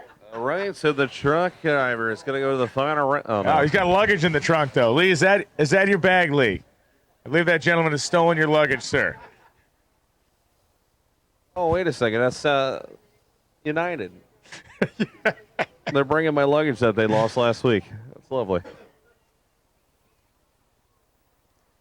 Ozzie Moya making a guest appearance in the sprayer operation department here. Tonight on a very special Blossom. If you made it to the quarterfinals or better, we need you to come up to the timing tower to get paid. Please. If you made it to the quarterfinals or better, come up to the timing tower to get paid and you've been eliminated.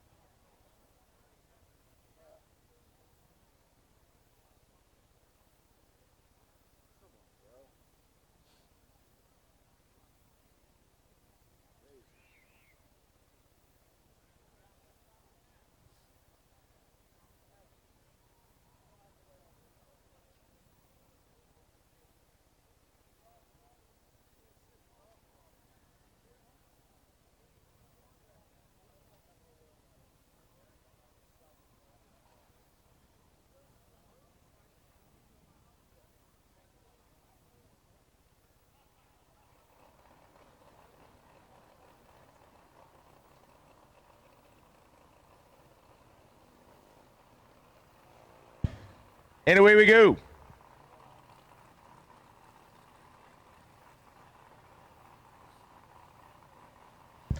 This is the semifinal round of Limited Drag Radial. Now, what I want you to pay attention to when you watch Competition Plus's coverage of the Lights Out 9 No Escape event is Jake from State Farm's video and editing ability as we move later into the weekend, especially on Sunday evening. It's going to start to look like a very avant-garde type of situation.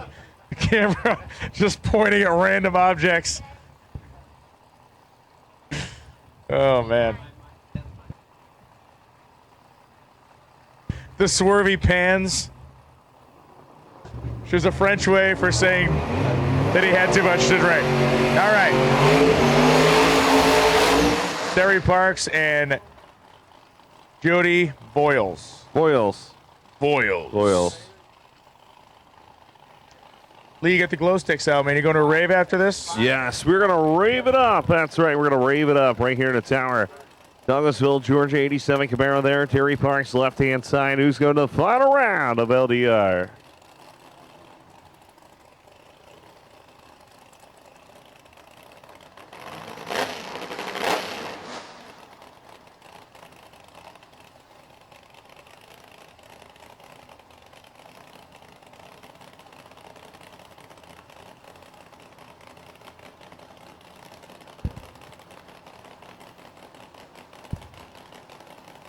Terry Parks and Jody Voiles pre-stage. Voiles gonna punch it in here. Oh no! Oh, starting us up. What happened?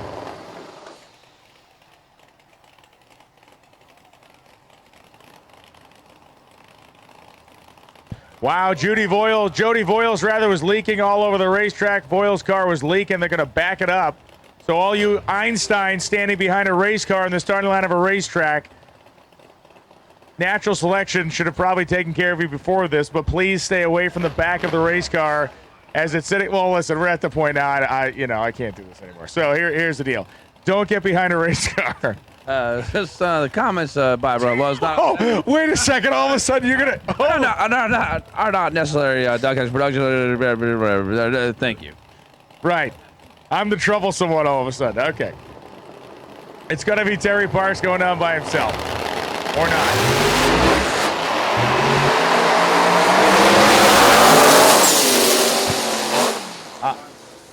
Well, we backed the guy off for leaking, and then we sent the guy down the racetrack. So Terry Parks gets the win light, goes to the final round, and Jody Voiles spins the tires 680 at 93 miles an hour. And what do you have to say, Lee?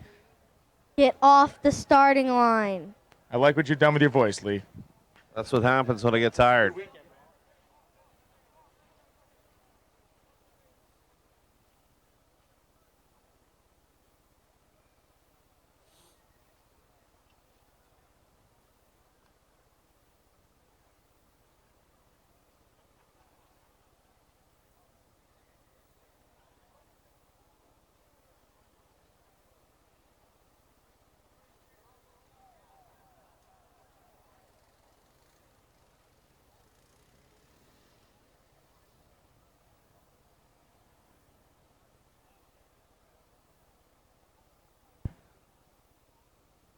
Bill, the mops are out.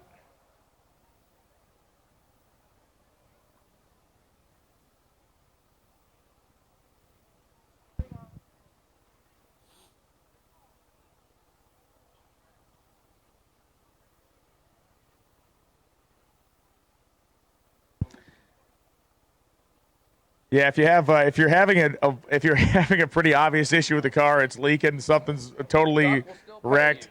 Duck will pay you if you've made this round and the car is wounded and is going to cause us further confusion and delay.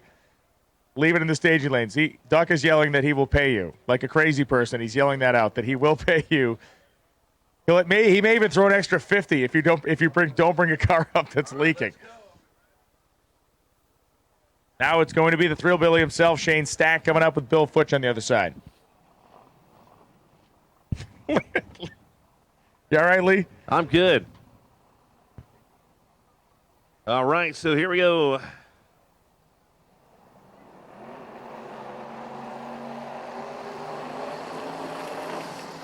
Now coming to the stage, it's going to be Thrill Billy on the right-hand side. God bless the USA, baby. Shane Stack, Stack Money. The Alabama-based machine, your number 2 qualifier going against Bill Futch, man. Futch was number 27 to start the day, and here he is with the possibility of going to the final round. Okay, last year's world champ.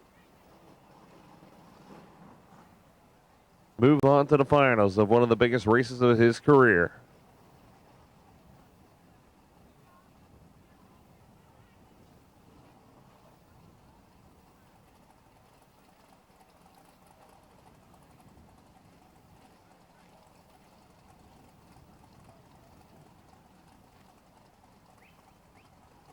Right, so it's good.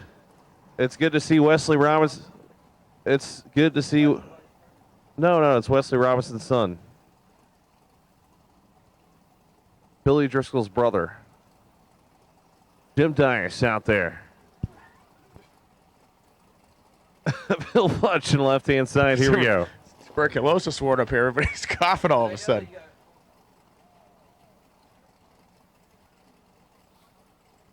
We're just letting you know you have to put that yellow light on. Yeah, inching the car ahead will cause that to happen. Perfect. All right.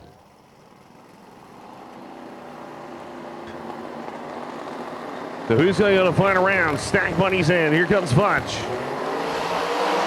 Bring it on. Look at the wheel standing. Crazy Mofo, 417 at 183. Shane Stack, the Thrill Billy's going to move on the final round. Bill Futch tried to stay with it. Was carrying the front wheels out there, pedaling it with the air. It goes 441 at 171. And we want the Radial vs. the World final round of the staging lanes, please. Radial vs. the World final round for $50,000. Keith Haney, Stevie Fast Jackson, a personal request, a personal invitation to the staging lanes for the final round of the PTC Torque Converter Diamond Piston Radial vs. the World category. All night long, all night, all night. I was American Idol contestant in 2025. So Mike Terry coming out of right-hand side, limited 275 here. Semifinals, Round Rock, Texas. 588 cubic inches of rear Morrison powers. I'm watching that awesome replay. James K. James K. Long sportsman drag racing history. Guy's been around forever. He's racing against Mike Terry. It's a pair of Texans again in this category, as so many of the racers hail from that part of the world. James K came in on a mission. We'll find out if he's able to make it to the final round and perhaps complete that mission.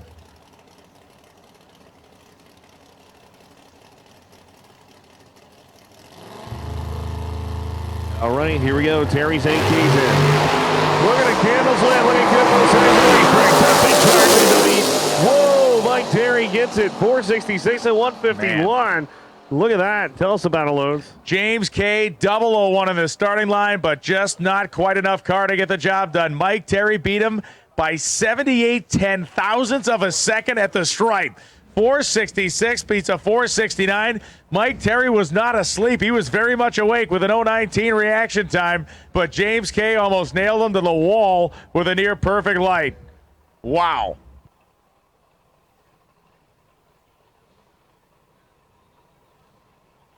And Billy Stockland in the Signature Series blue prison issue shirt heads back to the pits to put the final tune-up on the race car. From a stint in San Quentin to right here, lights out 9, no escape. All right, don't forget after tonight, the musical talent by Brian Loans and Duck. We will take all finalists in all categories. All finalists in all categories that are in a final. We'll take you all, whoever's ready. Any and all finalists who are prepared and ready to the staging lanes, please. So Charlie Johnson, Ducky Johnson, the Nova here, 582 cubic inches. Scotty Kincaid, Thornhill, Tennessee, the 93 Mustang, 400 cubic inch Bennett power. Coming to the left-hand side. Thank you to our 6-0 and open comp racers who made the call. We need you in your cars, please. You're going to be coming out here very, very soon. All finalists that are able, all finalists that are ready to the staging lanes, please.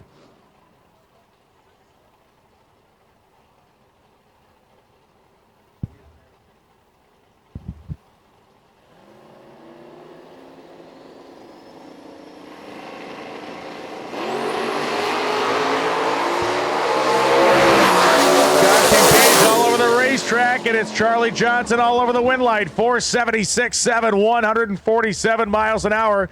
Kincaid was off the starting line first, but his car was wandering again left to right on the strange side. Johnson's car was on a set of train tracks, goes 476.7, 147. Right, here it is, the first final ever in DXP 235 history. What is going to happen? Jason Anderson, Fairlane, Indiana, 69 Nova, 565 cubic inches, your number one qualifier. And Martin Conley coming out of Slayersville, Kentucky.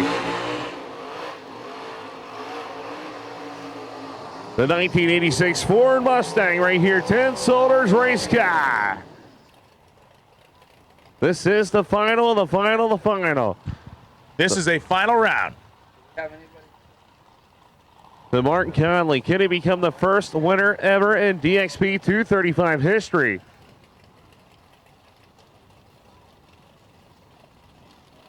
So the first DXP 235 final in lights out history. That's right. This is the first DXP 235 in lights out history. The number 1 and 2 qualifiers meeting up here in this final round, which doesn't happen as often as you may think in this sport. So they both waded their way through their own side of the ladder. A Fox Body Mustang and a Chevy Nova. It was pretty awesome. Martin Conley actually got lane choice by 1/1000th of a second in the semifinal, so it's going to be interesting.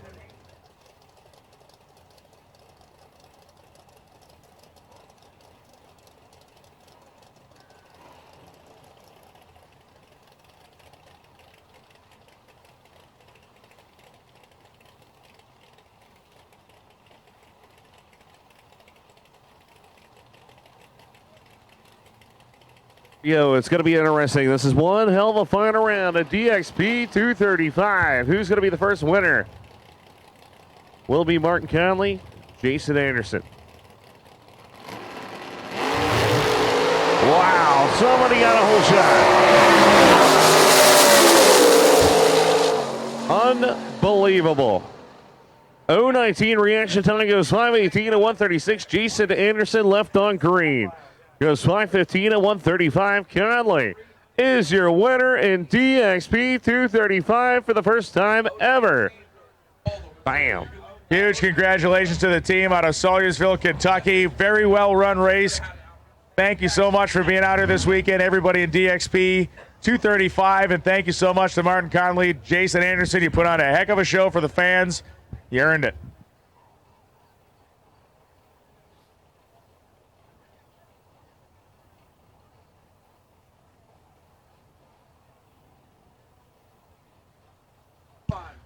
All available finalists to the staging lanes, please. All available finalists to the staging lanes, please. We are rapidly approaching the end of our sanity.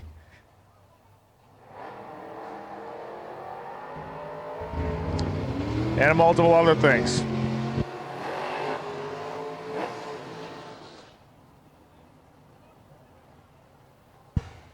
Semifinals coming at you. Hunter Burgess coming out of Bankston, Alabama. The Chevelle.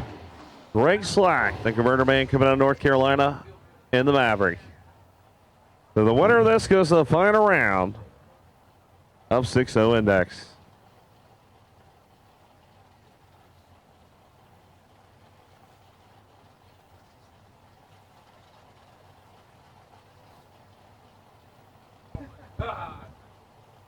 So Burgess and Slack again. This is a semifinal round. Who will go to the finals to run off against the Purple Duster? We're about to find out.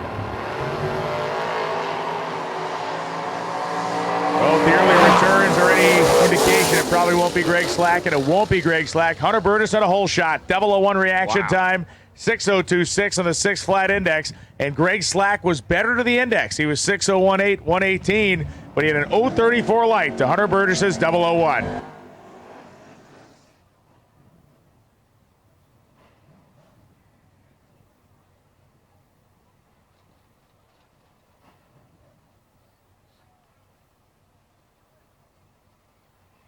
Smith go to the final round from Dalton, Georgia. 74 Plymouth here.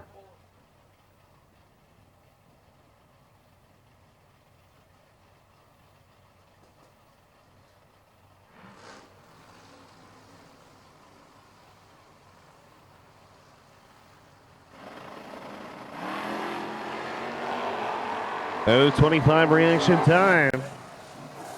And shuts it off early. 6:39 at 84.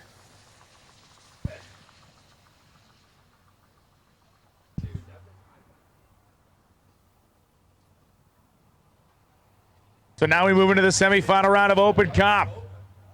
After these 3 cars, every other car you see going down will be running for the money, running for the trophy, and running for the glory, being able to say that they won. Lights out 9, no escape. All right, here we go. Joe Solchak Jr. coming out. Solchak. What I said. Yeah, Solchak. Yeah, Solchak. Pittman, Ohio, 70 Nova. Cadence is about to beat me up. Bobby Taylor Jr. coming out of Orlando, Florida, 613 on the right-hand side. Of course, the Nova, the sponsors are K&N, Build a Performance, and Mickey Thompson. There you go, Mickey Thompson, K&N, and the other performance. Fiddle. What I said.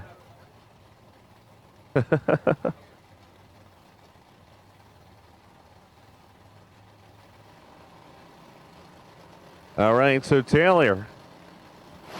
Joe. Red light start. Cadence is going crazy. 022 about.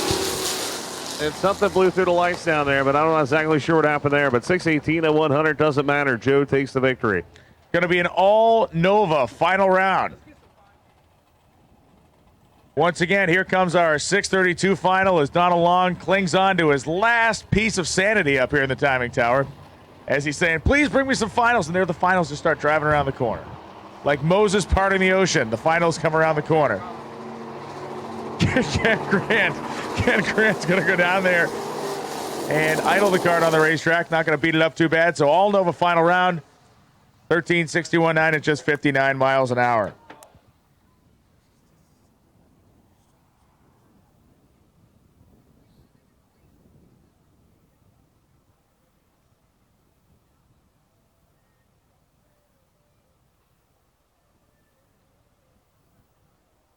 All right, Duck says all finals that are ready. Even if you're not ready, he doesn't care. He wants to go home. So everybody get their lanes. All available finalists.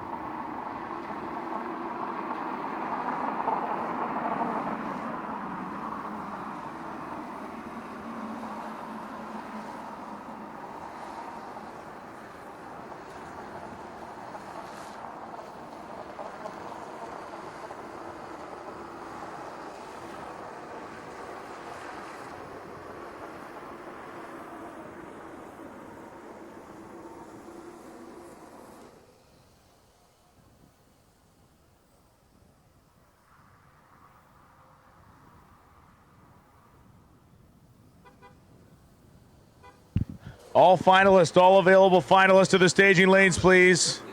All available finalists. Duck wants you to drive to the staging lanes with your helmet on to be extra safe and to be that much closer to being ready to run down the racetrack.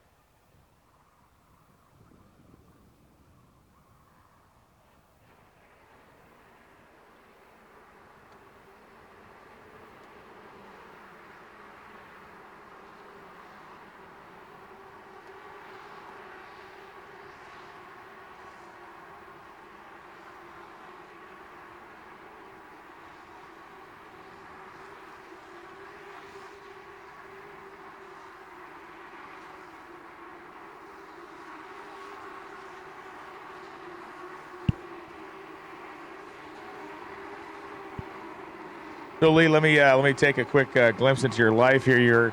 We mentioned this earlier. I think it was 19 or 20 hours ago we spoke about it. But you're going to be heading off on a vacation, a PDRA cruise coming up this week. Yes, I'm pretty excited about that. Leading up to the cruise, what are your plans? I bet you have a lot of stuff going on, or are you just going to slip into a coma? I feel like slipping into a coma for several days. Actually, believe it or not, I'm going to leave here. Spend the night, and then my roommate and I are actually going to Kentucky to pick up the rotator. Man, that's a dream. Yes. It's a dream scenario. And then driving all the way back to Orlando. And then I have to do my show Tuesday night, which the world famous Brian Loans is going to be on. It's going to be awesome. Nate Van Wagen's also going to be on there. That's good stuff. Then I'm going on a cruise. That's good, man. And I'll probably drink a lot. Just saying. Just saying.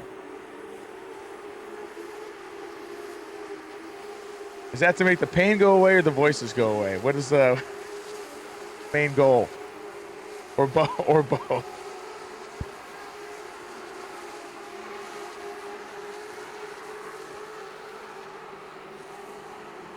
Candace is violently swiping her phone. Candace Squeegee is violently swiping her phone up here. Oh, it's your dad's phone. You can't be doing that. All right, so here we go. I feel like I got the halo. Finalists in the lanes, you can suit them up. You're ready, we're ready. Are you ready for this, Brian? Come one, come all. Since I'm an angel.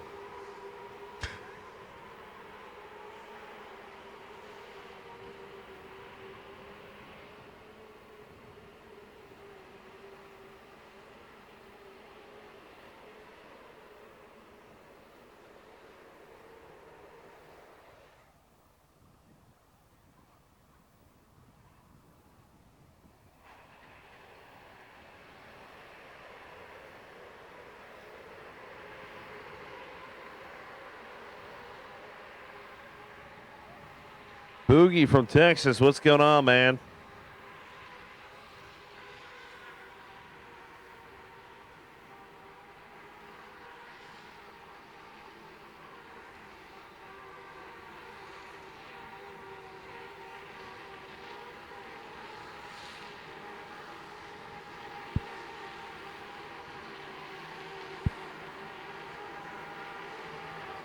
So 14,000 folks hanging out right now, watching the live stream, getting their last awesome view in high definition of the tractor.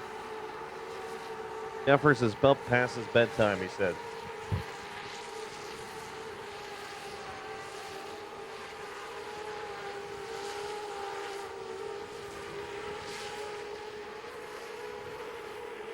We need Moss and Lazick from 275 to come up here and get paid. Listen, if you made it to the quarterfinals and you have not come up here yet to get paid, you got to do it. Rather than call you up by name, if you made it to the quarterfinals, you need to come up here and get paid. It's a weird thing. Spend a lot of money to get here, and we're trying to give you money. Right, the Boss X Fund will be replenished with your unclaimed winnings. It's in the fine print. Goodbye.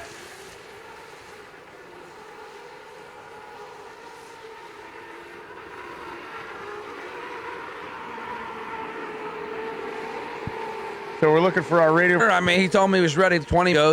So Phil Schuler, let's get that thing to the lanes, partner. We're on you. I mean, I know you're trying to win that bet about 2:30. Yeah, he said it'd be 2:30. I do hear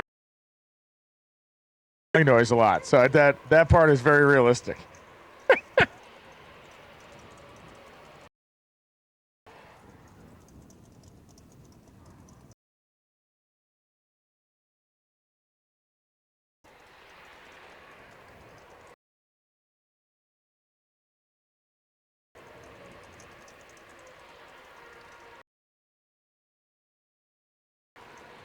Get off the start.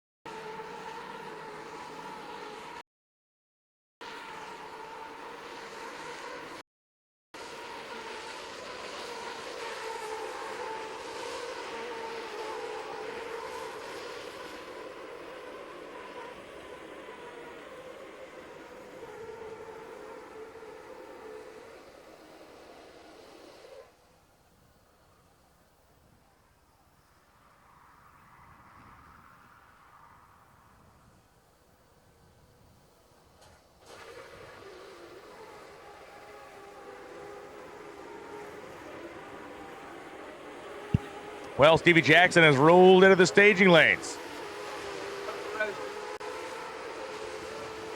Duck says you better get his money ready, Troy Perez Jr. Troy Perez Jr., bring my 1,000 to the tower, player.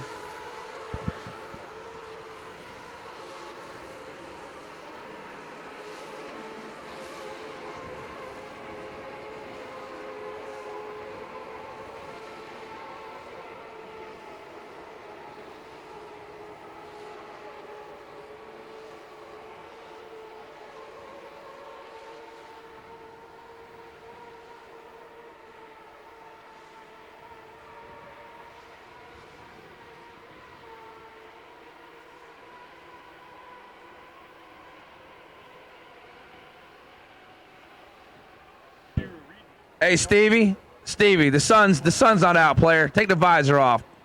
I know you're not even in the secret bulletproof NHRA glass with the laser deflecting off of that thing. His hair's attached to that thing, though. That's the thing. A lot of people don't know that. Yeah. His hair is actually, you never see him without it. I think he went down there to get a Murder Nova autograph. I see that pen and paper. Stevie, you getting a Murder Nova autograph?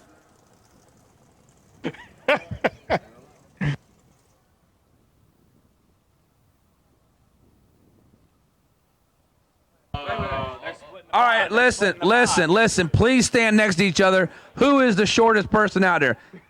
Haney, stand up. Stand up, Haney. Huge final round on tap. Listen, if you're watching on the live stream, jump on your social media, tell everybody, because this is literally one for the ages. It's going to be awesome. If Haney wins, I'm throwing my laptop out of the tower and I'm moving out of this country. Just like when Trump won, when the people won Miley and all of them, they were going to move out of the country. If Haney wins, I'm out of here. You're on the Rosie O'Donnell Canada program? Yes, I'm out of here. I'm going straight to Canada, eh? Hey. You fit in up there.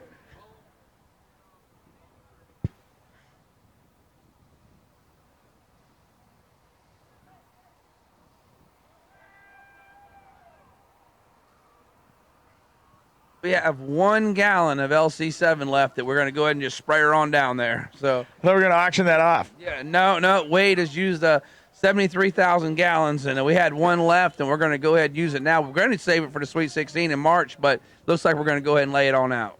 Doesn't age well. You just want to sort of get that out when it's fresh. I don't know if you guys are aware, but the winner of this race always goes on the cover of Drag Illustrated. If Haney wins, they're talking about making it like a comic book size. You know, it goes from full size 8.5, 11 to by 3x5. So it'd be something you can carry in your wallet, stuff like that, if he wins.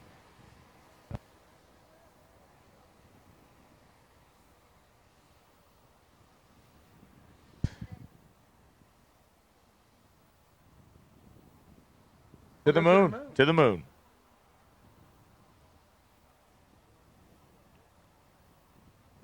All right. Yeah. Ozzy Moore, you got the little gangsta lean going on there, operating the spray rig as it goes across the starting line. Trying to roll in and be the Glory Stealer. Ozzy Moya, a.k.a. Glory Stealer. Give us a wave, Oz. Too busy. He's operating the controls. Big business down there. Listen, if you don't want to waste it, if we only got a gallon left, you can't waste a drop of that. I mean, you want to talk about behind the curtain, the Wizard of Oz.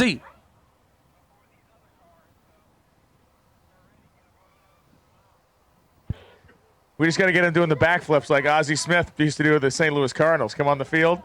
We got Ozzie Moore come out and do a little backflip out there. I don't know if y'all saw on YouTube, but it's not funny. But I saw some guy who was like a bodybuilder. He went to go do the backflip, but he kind of like went forward. Then he did a backflip, broke his neck, killed him right there on the mat. That was the end of that. It's not good. Someone like Haney, though, he's got a little bit. He ain't quite as tall. I mean, he can make it. You know what I'm saying? You could do like a double somersault backwards flip.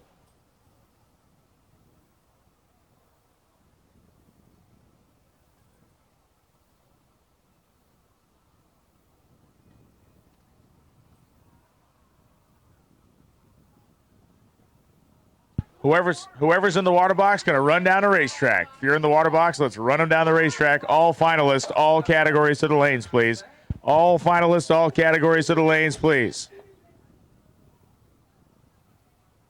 Once again, all finalists, all categories. If you haven't come to the lanes, come on down.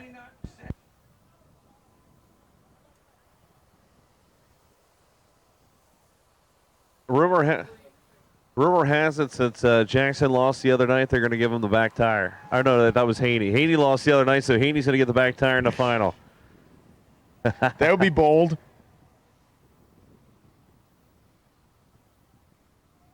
John Stanley, what's going on, brother? He said that he's shorter than Haney. He can guarantee it.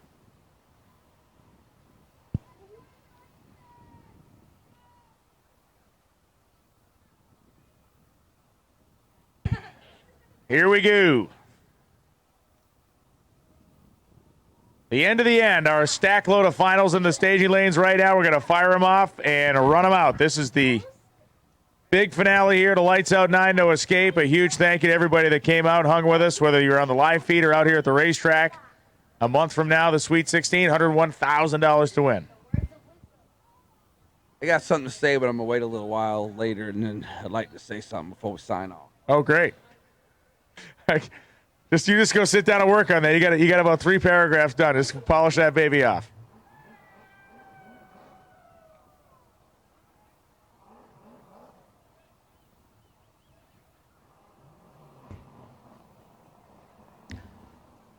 Lee Sebring gets the X275 final. John Kesey and Shane Heckel. Yeah, I'm pretty excited about this one. My buddy John Kesey, good friend of mine, the moonshine expert, Haltech Engine Management System on board the Goodsville, Pennsylvania machine. As it comes to line. Lee reminds me of that deal when everybody was on Fletcher. You know, it's like when the guys winning the Super Bowl, it's like my buddy Fletcher, my best friend Fletcher, hey, my brother Fletcher. Now all of a sudden him and John Kesey are like freaking twins and stuff, Siamese twins over here. He ain't mentioned him all day. All of a sudden he makes it to the final. All of a sudden, hey, my buddy, you know, he moved in, a roommate, went to college together. And once again, I want to thank my best friend Monty Miko for watching online. That's right. The #1 promoter in the country, Monty Miko. Oh, Shane man. Hinkle coming Whoa. on the right-hand side of A-Town, Texas Mustang. 582 cubic inches of TRE power. I'm going to have to agree with Lee Sebring about one thing. If you're talking about index racing and bracket racing, there's no better person than Monty Miko. If you want to do some real heads-up, real racing, call the Duck. This is X275 final round. Lee Sebring's soulmate and a guy from Texas lined up here to finish things off. Shane Heckel. Again, the one thing he did last time, he pulled that wheel stand. His competitor Redlet. Can Heckel keep the nose down? We'll find out. Heckel's car trying to climb it and settle it. Easy. Trying to run around him. He got him. 440 beats a 443. Wow. Look at the margin, Lee. 89 ten-thousandths of a second. Heckel was 0.29 a tree. Kesey was 0.56, but Kesey with the power drives around him for his victory right here at X275. There's $1,300 riding on this. $1,300 I got riding on this deal. First of all, not only does Stevie Fast have to win, but he's got to outlight Keith Haney. It's $300 on the light deal and then $1,000 on the win. You're in big trouble, I think, on the reaction time front. I'm not taking it away from Stevie, but Jackson Haney's been killing it. He was 17 on the tree last round. The one thing you can watch a guy do sometimes, though, you can actually watch a guy get himself so razor tight that he goes a little bit over the edge. So we're going to find out who will leave first and who will cross the finish line first for a $50,000 payday. All right, I don't care who you are. If you're on the property, get to the fence, get to the stands. If you're online, share this, because guess what? It is time to rock and roll. $50,000 up for grabs. It's awesome. I mean, these two guys going back and forth during the week, back and forth with the qualifying videos. Obviously, Duck and Haney having the whole thing going back and forth. Jackson now appearing in his third final round at one of these races, and he's yet to actually put one away. Odds are he's going to come up a little short. Just you're telegraphing your punches, man. You're telegraphing your punches here. All right, so here we go. I got to do it. Woohoo! Way to go, girl. Way to go. All right, so RBW's coming up, so I guess I got to do it because everybody said that if I don't do it, they get upset. PTC Radio versus the World. Final round coming at you, presented by Diamond Pistons.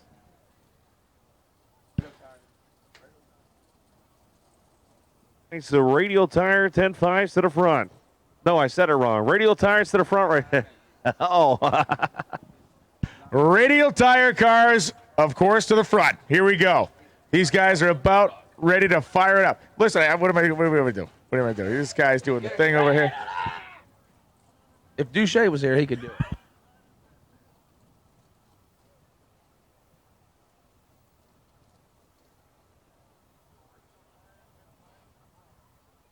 Who do you got? You got Stevie Jackson. Do you got Keith Haney? Everybody online. That's right. We got 13,000 plus joining back in at 12:13 in the morning. Mark Savage drops some, or sprays some fuel into the top of the injector. Stevie Fast hits the button, and the blown Hemi is lit and ready to roll. The Shadow 2.0 trying to do a job that the original car couldn't here at South Georgia Motorsports Park. And will this finally be the moment for the Enigma to shine, the Larry Jeffers built machine that was created not to be a Pro Mod and a radial car. It was built to do this and this only. So two of the most talked about guys coming into this race. Keith Haney, who I never thought would make it to the final round, is actually there. He has proven that he deserves to be there, and he's got Stevie Fast Jackson that said, no way that Haney can take him out. None of these rounds have been won on either side of the racetrack by a fluke. Like you just mentioned, Lee, each guy earned his way to this spot. They didn't get there by spinning the tires and pedaling 90 times. They've made solid hits down the racetrack. It does not get much better than this. The fact that it's played out this way with these two guys, you couldn't have scripted it any better. If you're on the property, get on your feet. That's right. I don't care how tired you are. You need to get on your feet. It's $50,000 up for grabs at Radio versus the World. Right here, lights out 9, no escape. The only major question remains, if Keith Haney turns on a win light, what will Duck name his new pet moose as he moves to Canada? Alrighty then. Me and Marty Moose are going to be doing a lot of hanging out. Jackson wings the motor a little bit there to keep it cleaned out as his crew guys bring him in. Big Phil Schuler standing behind the race car with the radio in his ears. I don't know how you can see him, but we have 5 crew members per car, and then we got Phil Schuler, so that's 6 and 5, that's 11. 11 people watching excitedly from the starting line. Brandon Square doing a 2-11 on the left-hand side of the racetrack. Here we go. Who do you got? Final round. Radio versus the World. Jackson's in. Haney's in. Stevie Fast wins, lights out 9. Wow, Stevie Jackson 374 at 199. Haney was 377 at 199. Jackson gets him on the tree, gets him 60 foot, gets him 330, and gets him 8th mile, baby. Jackson, that is called a gap band right there. Cancel the order for the mail order moose. Duck is staying in the USA. The mail order moose has got to go. What a final round there as Keith Haney, the best run he has ever made in that car, 377.0 at 199.5 miles an hour. But Steve Jackson was the one who rose highest to the occasion on the starting line. 0:27, 9:57 short time. I don't know what the quickest short time in the history of radial drag racing is, but 9:57 is very, very stout. Awesome right here, but here we go. Battle of the Arms Machines. Got to go move on. Outlaw 632 is Ken Cortuccio. Wallingford, Connecticut, 69 Camaro, 632 cubic inches here on the right-hand side. And me, Dean Marinas. Dean Marinas, very few times in his career you look at Dean Marinas and see this guy as a market underdog, but boy, is he ever here. Ken Cortuccio has what has been the most dominant Outlaw 632 car of the last couple seasons. Yes, Doug? I like to just say all my hair today. Come on. You know, come on.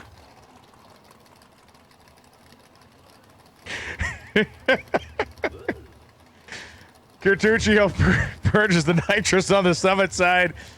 Dean Marinas, did he pull a bunch of ballast out? Do you think, Lee? We didn't have a chance to talk to him, obviously. You know, if he had time, I think he pulled the weight out, but you got to make sure percentages are right. But hey, for Dean to have a shot here, he's got to do something.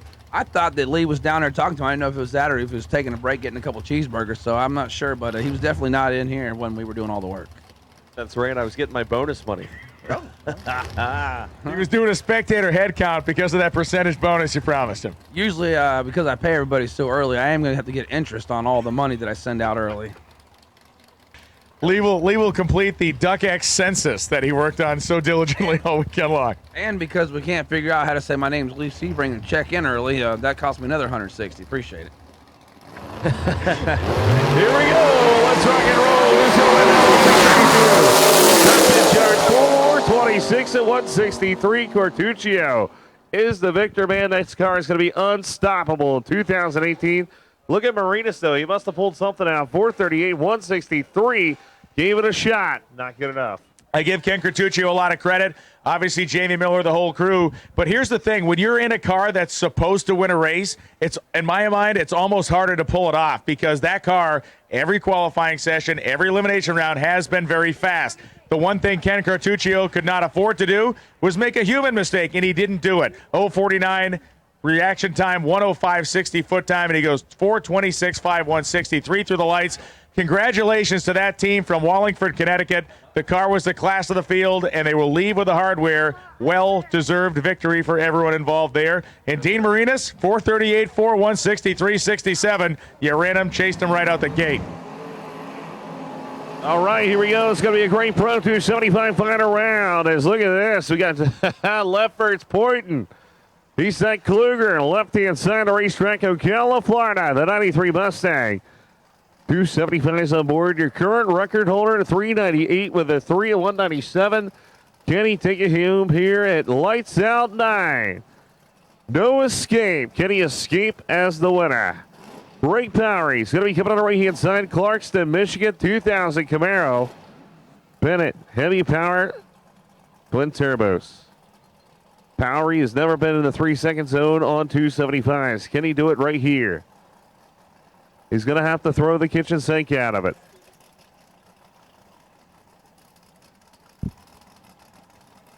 So Kluger and Powery. Man, Powery has really come around this car back half of the weekend. We'll find out if he can put the back half hurting there on Josh Kluger. Kluger's car, like Ken Cortuccio in Outlaw 632, has been the big hitter this weekend.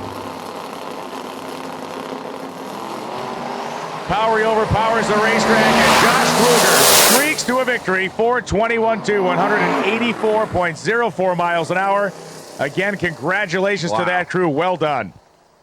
Probably not what Powery wanted to see right there. The 421, of course, Kluger could have got out of it early, but Powery knew he needed to throw something at it and just didn't have it set up right.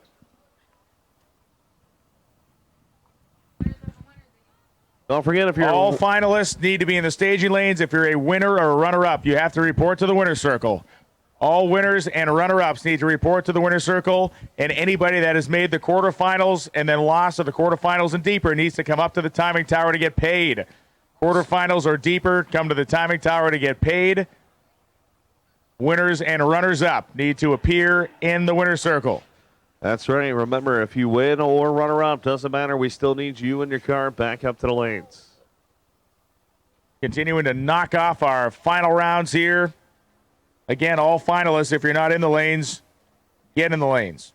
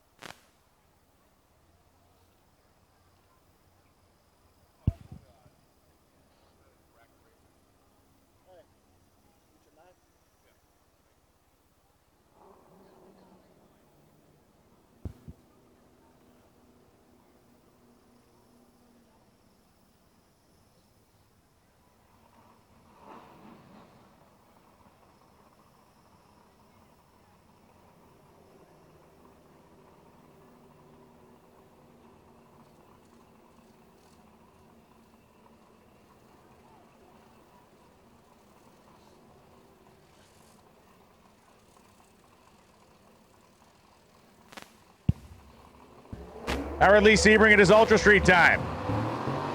Great final round. Once again, thanks to Vortex Superchargers and everybody involved for making this happen. As Ronnie Reagan's going to be coming to the left-hand side, the Bennett-powered Pro Charge machine. Let's see if we can lay down a pass to the Fox buddy over there. Once again, big shout out to Jack Davis. BP Race Cars, Bill Pettis out there.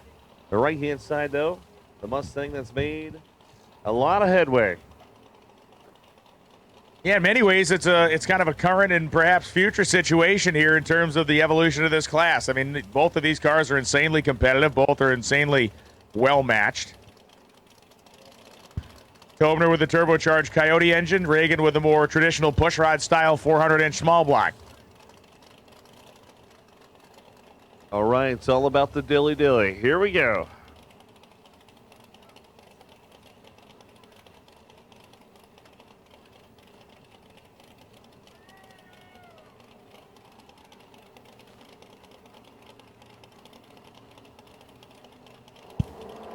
They're halfway there. They're all the way there. Bring it on, man. Look at this Jump in Car 473, 149. Ronnie Reagan. Look at John Calivas is dancing. Oh, man. I love it. KBX to the front. Great final round there. Tobner's car went into that wheel stand. Bart actually left 200ths ahead of Ronnie Reagan.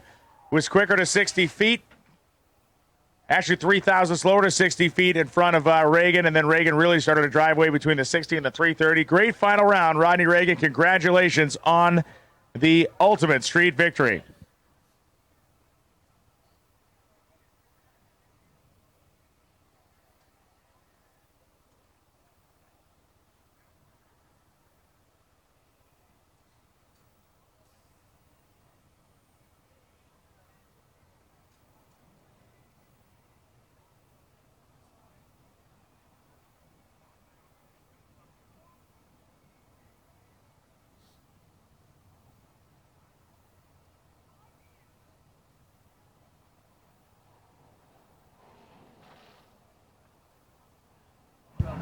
And now we move into the 6-0 Index final round.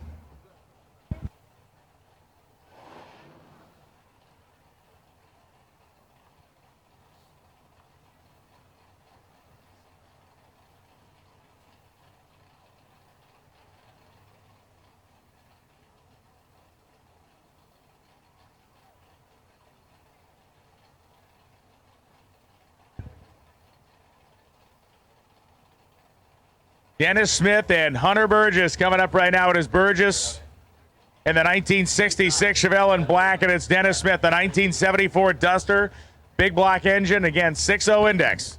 It has been great competition all week long in 6-0 Index. It is a class of precision on both ends of the racetrack. You're late on the starting line, chances are you're going to have big trouble at the big end. You don't have a plan when you get to the big end of the racetrack, you're going to get ate up.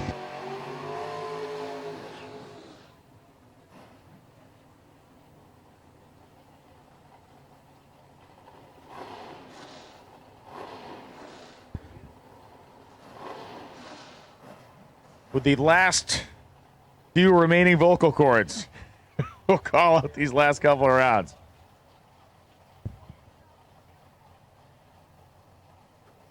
Hunter Burgess getting ready to turn on that top bulb on the Summit Racing Equipment side.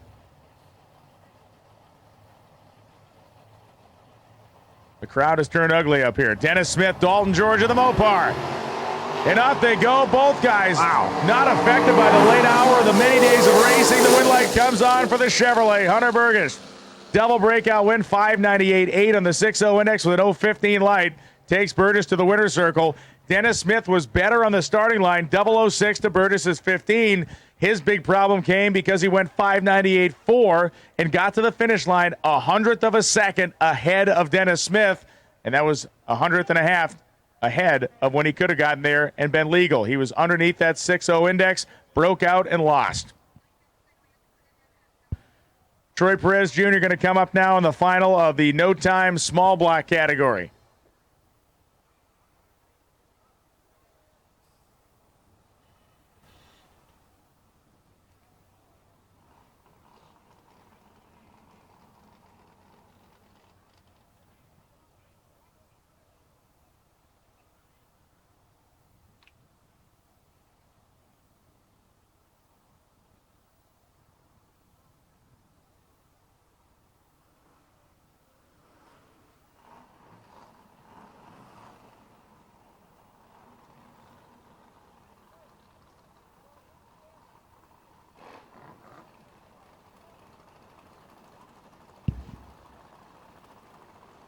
All right, I'm styling and profiling. Here we go.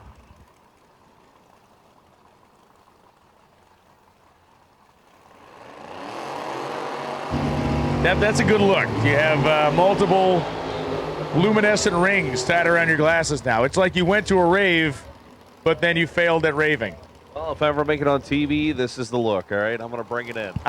I really like what you're doing there. So Troy Perez Jr. coming out right-hand side, Anthony Evans on the left-hand side. This should be a great small block, no time, final round. Run for the money right here. An innovative racecraft, take it out. Anthony Evans is going to try to stop.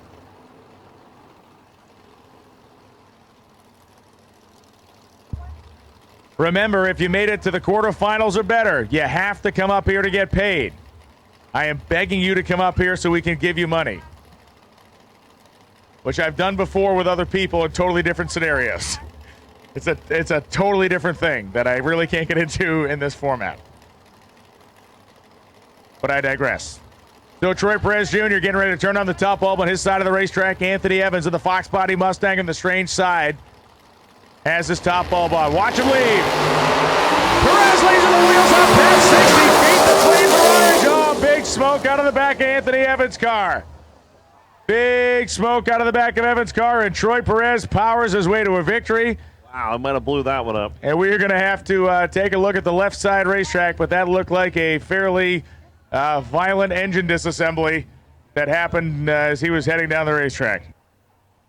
Unbelievable right there. Anthony Evans do need to throw more at it, and it looks like he threw too much at it. Yeah, it looks like he threw a bunch of stuff out of it instead of at it. The wrong direction of throwing. Going to wait for word from our track spotter. Hopefully that car has a diaper on it. 2 diapers and a catch pan and a ballistic blanket. Yeah, and an actual built-in device that deploys itself when the engine explodes. All those things, I hope it has those. We already know that No Time always has that.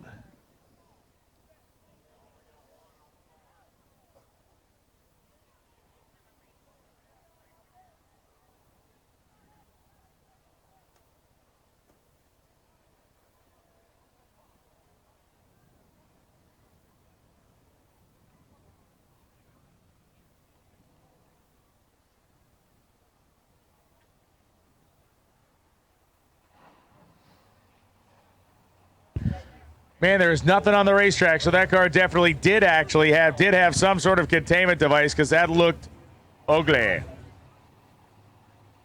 So here we go. This is the final round of open comp. Here we go, Joe Sajak. Oh, Sojak. Junior coming up in Ohio, 70 Nova. Cadence is up here. Butterflies are going. What's the sponsors again?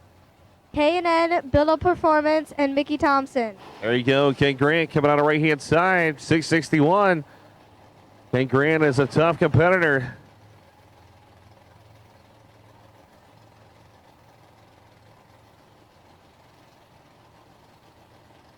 You bet me $50 on Novo win.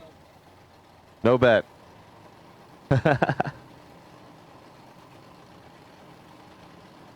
So Jack. Both drivers agree. Both drivers got good lights. And it's going to be Ken Grant, 008. Tough One deal. off the number. Joe was 025 on a tree, but breaks up at 4th foul. He tightened it up to 005. That was a great race. Yes. I mean, that's 2 guys that definitely know what they're doing in race cars down there, and Ken Grant, by the slimmest of margins, picks up the win in open comp. Congratulations to Ken Grant of Ty, Georgia.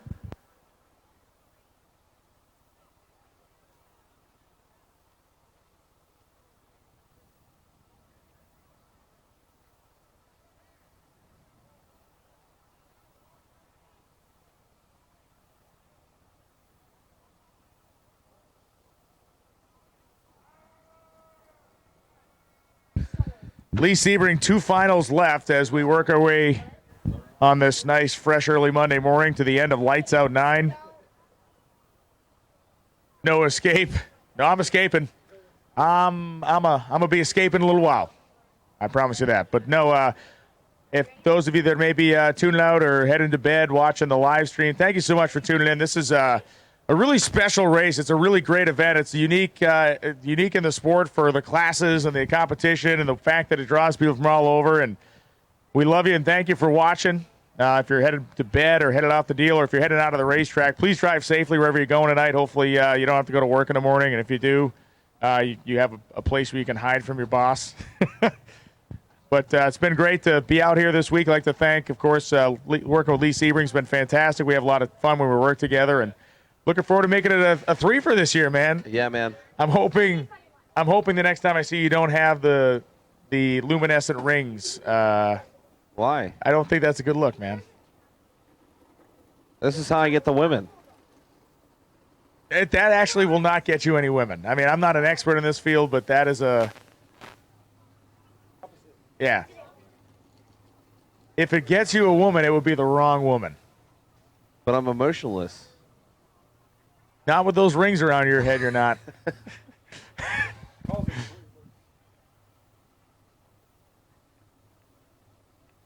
So once again, I do want to say thanks to everybody out there. Thanks to all the Motor Maniacs, as we still got a few more left. But why it's nice and quiet, I don't really have much of a voice left. I know Brian's voice is hurting him, so... Willie Dog, want to say thank you to him. And the Traveling Bacon is on top of my head right now. So man, look at you. Rock and roll. It's doing a little dance.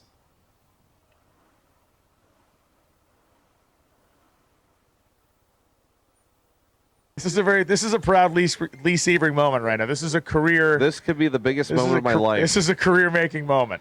Definitely. We've all been there with the luminescent rings around our glasses and the fake bacon on our head. Bacon. If you got to get paid, come up and get paid. Please. Waiting on either the limited final to fire up. They're putting their fire jackets on. We also have LDR down there. So 2 finals yet to run to finish off Lights Out 9. Thanks to Duck. Thanks to Duck X Productions for having us out here and being able to have some fun. And hopefully all your racers that are still tuned in, maybe driving down the highway somewhere, you had a good time when you were here. These races can get crazy, and this one obviously did. Yeah, definitely. A lot of classes, a lot of people, a lot of stuff shuffling around, a lot of work on the racetrack. Thanks to Ozzie Moya. Thanks to Wade Rich, the entire staff at SGMP. It's a lot of work for them. From prepping the racetrack, working hard, and keeping the thing up for all your racers. It is kind of a nonstop deal. And you get a situation like we had the last couple of days where this place is literally filled to the gills with people. It stretches everybody to their limit. And very, very kind of cool to see how everything gets handled around here when those limits are pushed, because they certainly were, especially on Saturday.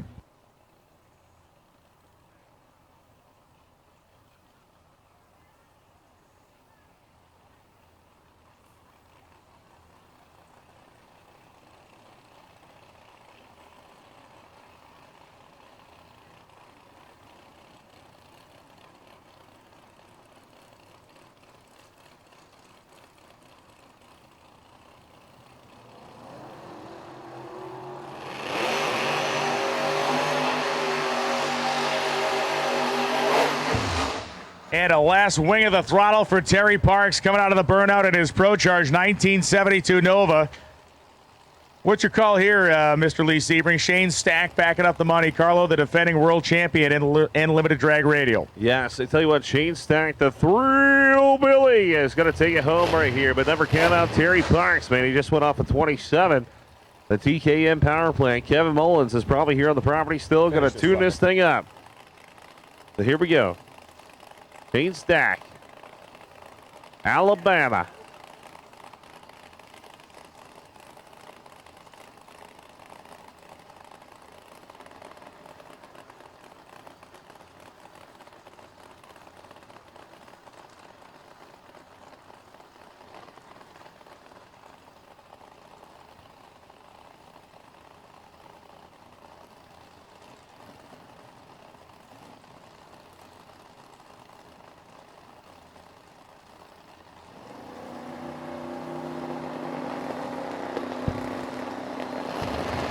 Stack second to stage. Stack's first to lead. Parks the defense of his title begins in strong fashion. Shane Stack, 417.5, 180.52. Shane Stack wins limited drag radial here at Lights Out 9. Oh, Terry Parks had to swing for the fences, and he did, 113 to 112, but when it brought all the power in, it just took the tire off. And it did drive slightly outside the groove, so that might have hurt it just a little bit, but that track's really tacky.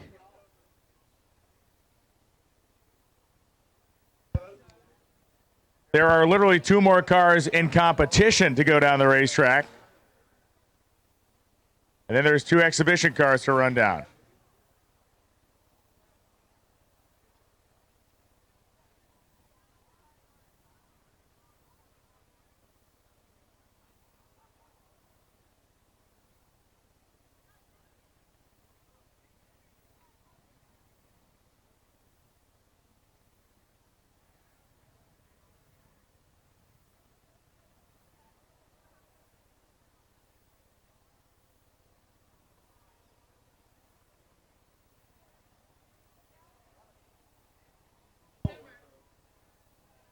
Two left to go.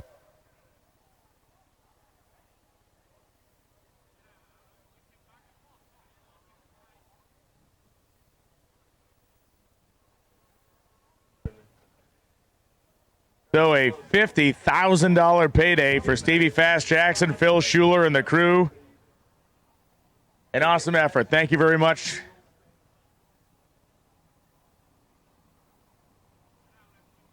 One heck of a weekend.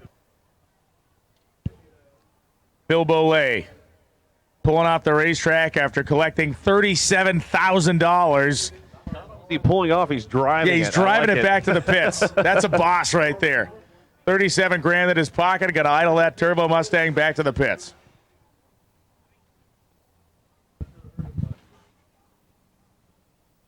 Josh Ledford, a successful weekend by any measure, dude. Man, Proline, a huge presence here at the race, obviously. And you look at all those cars, the Red Hat Mafia had themselves a successful weekend. Got a big shout out to KBX, man. KBX did really well with the, Ultra Street and also X275. Yeah, KBX. I mean, you know, top to bottom. Crazy.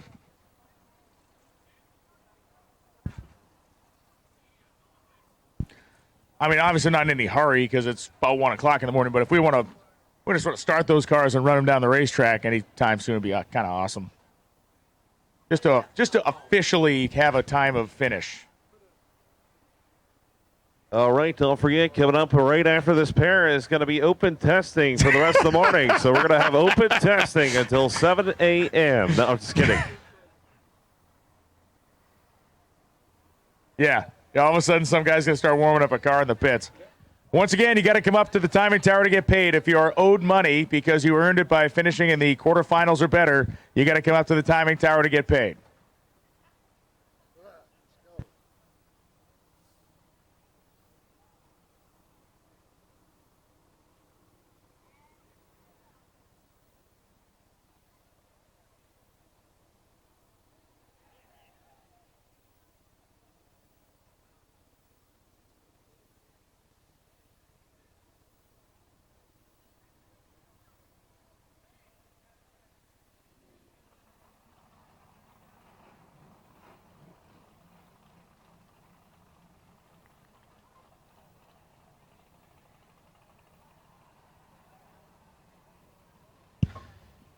A pair of blue Chevys coming to the water box, and this will be it, folks. It'll be the official competition end of Lights Out 9. There will be one more pass after this, which will be kind of a grudge match deal, but as far as folks running for the money, this is the last one.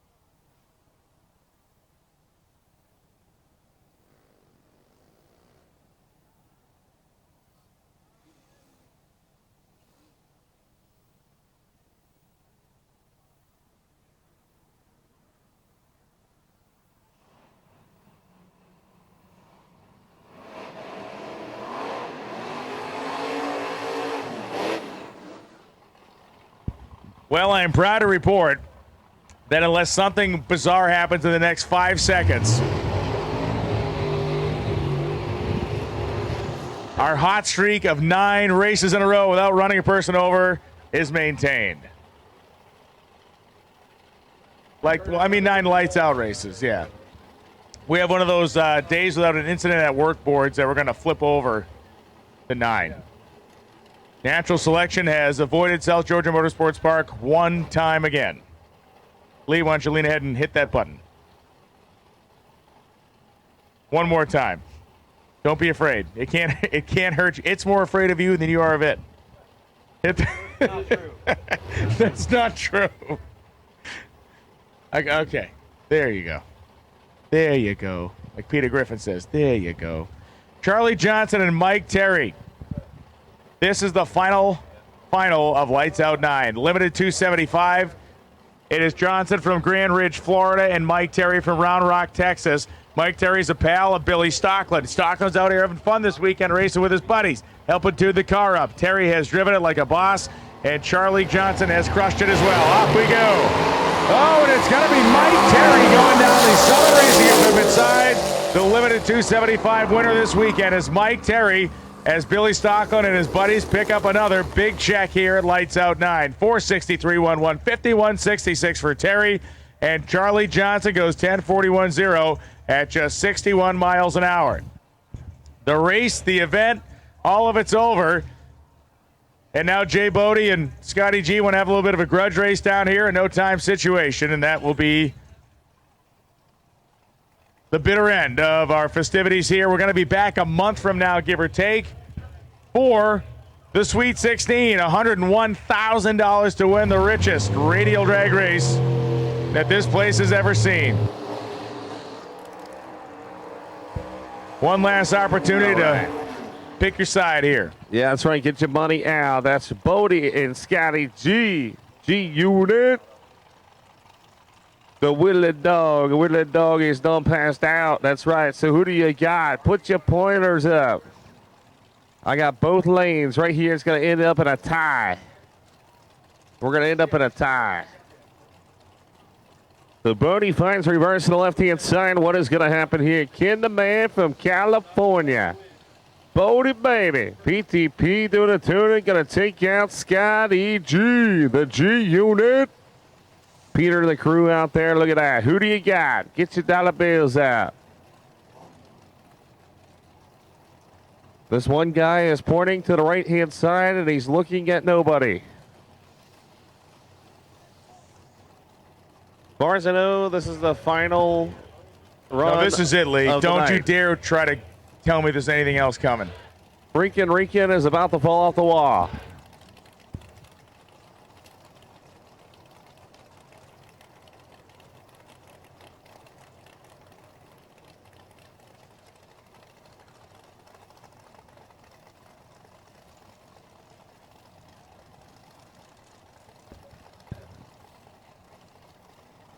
All right, here we go. Pre-stage on. Okay, we're on commercial break, ladies and gentlemen. That's right. We'll be back in about 25 minutes. Oh, here we go. Scotty G's in. Here comes Bodie on the left-hand side. Bodie, baby, California. See ya. All right, now Frank's got to shave his eyebrows on the starting line with the unicorn. Oh, not quite. Well, that's it, Lee. That's the end. Yeah, we are done. Thank you for coming out to Lights Out 9. No escape, as I'm going to escape to the nearest bed. Waffle House. Or no, Waffle House, yes. No, really, it's been a long weekend. Want to thank SGMP staff. Want to thank DuckX production staff. Want to thank all my good friends coming down from the north, all my good friends coming from the south, the west, the east, all over the world. This is the baddest race. I don't care who you are, what type of racing it is in the world. Lights Out always tops it. Completely off the rails as it usually is, and huge performances, great drama, all the crazy stuff. And Lee, it's been super fun as it always is to hang out with you for a few days, and we get to do it again in a month. It's a completely different format, totally different deal, and we got some surprises for you. It's going to be pretty fun. It's going to be good. That's it. Just remember, it's a race, but no, actually, it's going to be a show. It's a shoe. So that's right. We'll keep you in suspense for one more month. Everybody, hope you have a great night. Travel safe back. Obviously, if you want to spend the night, you can. And we're going to go celebrate at Waffle House. Thank you, everybody, and good night.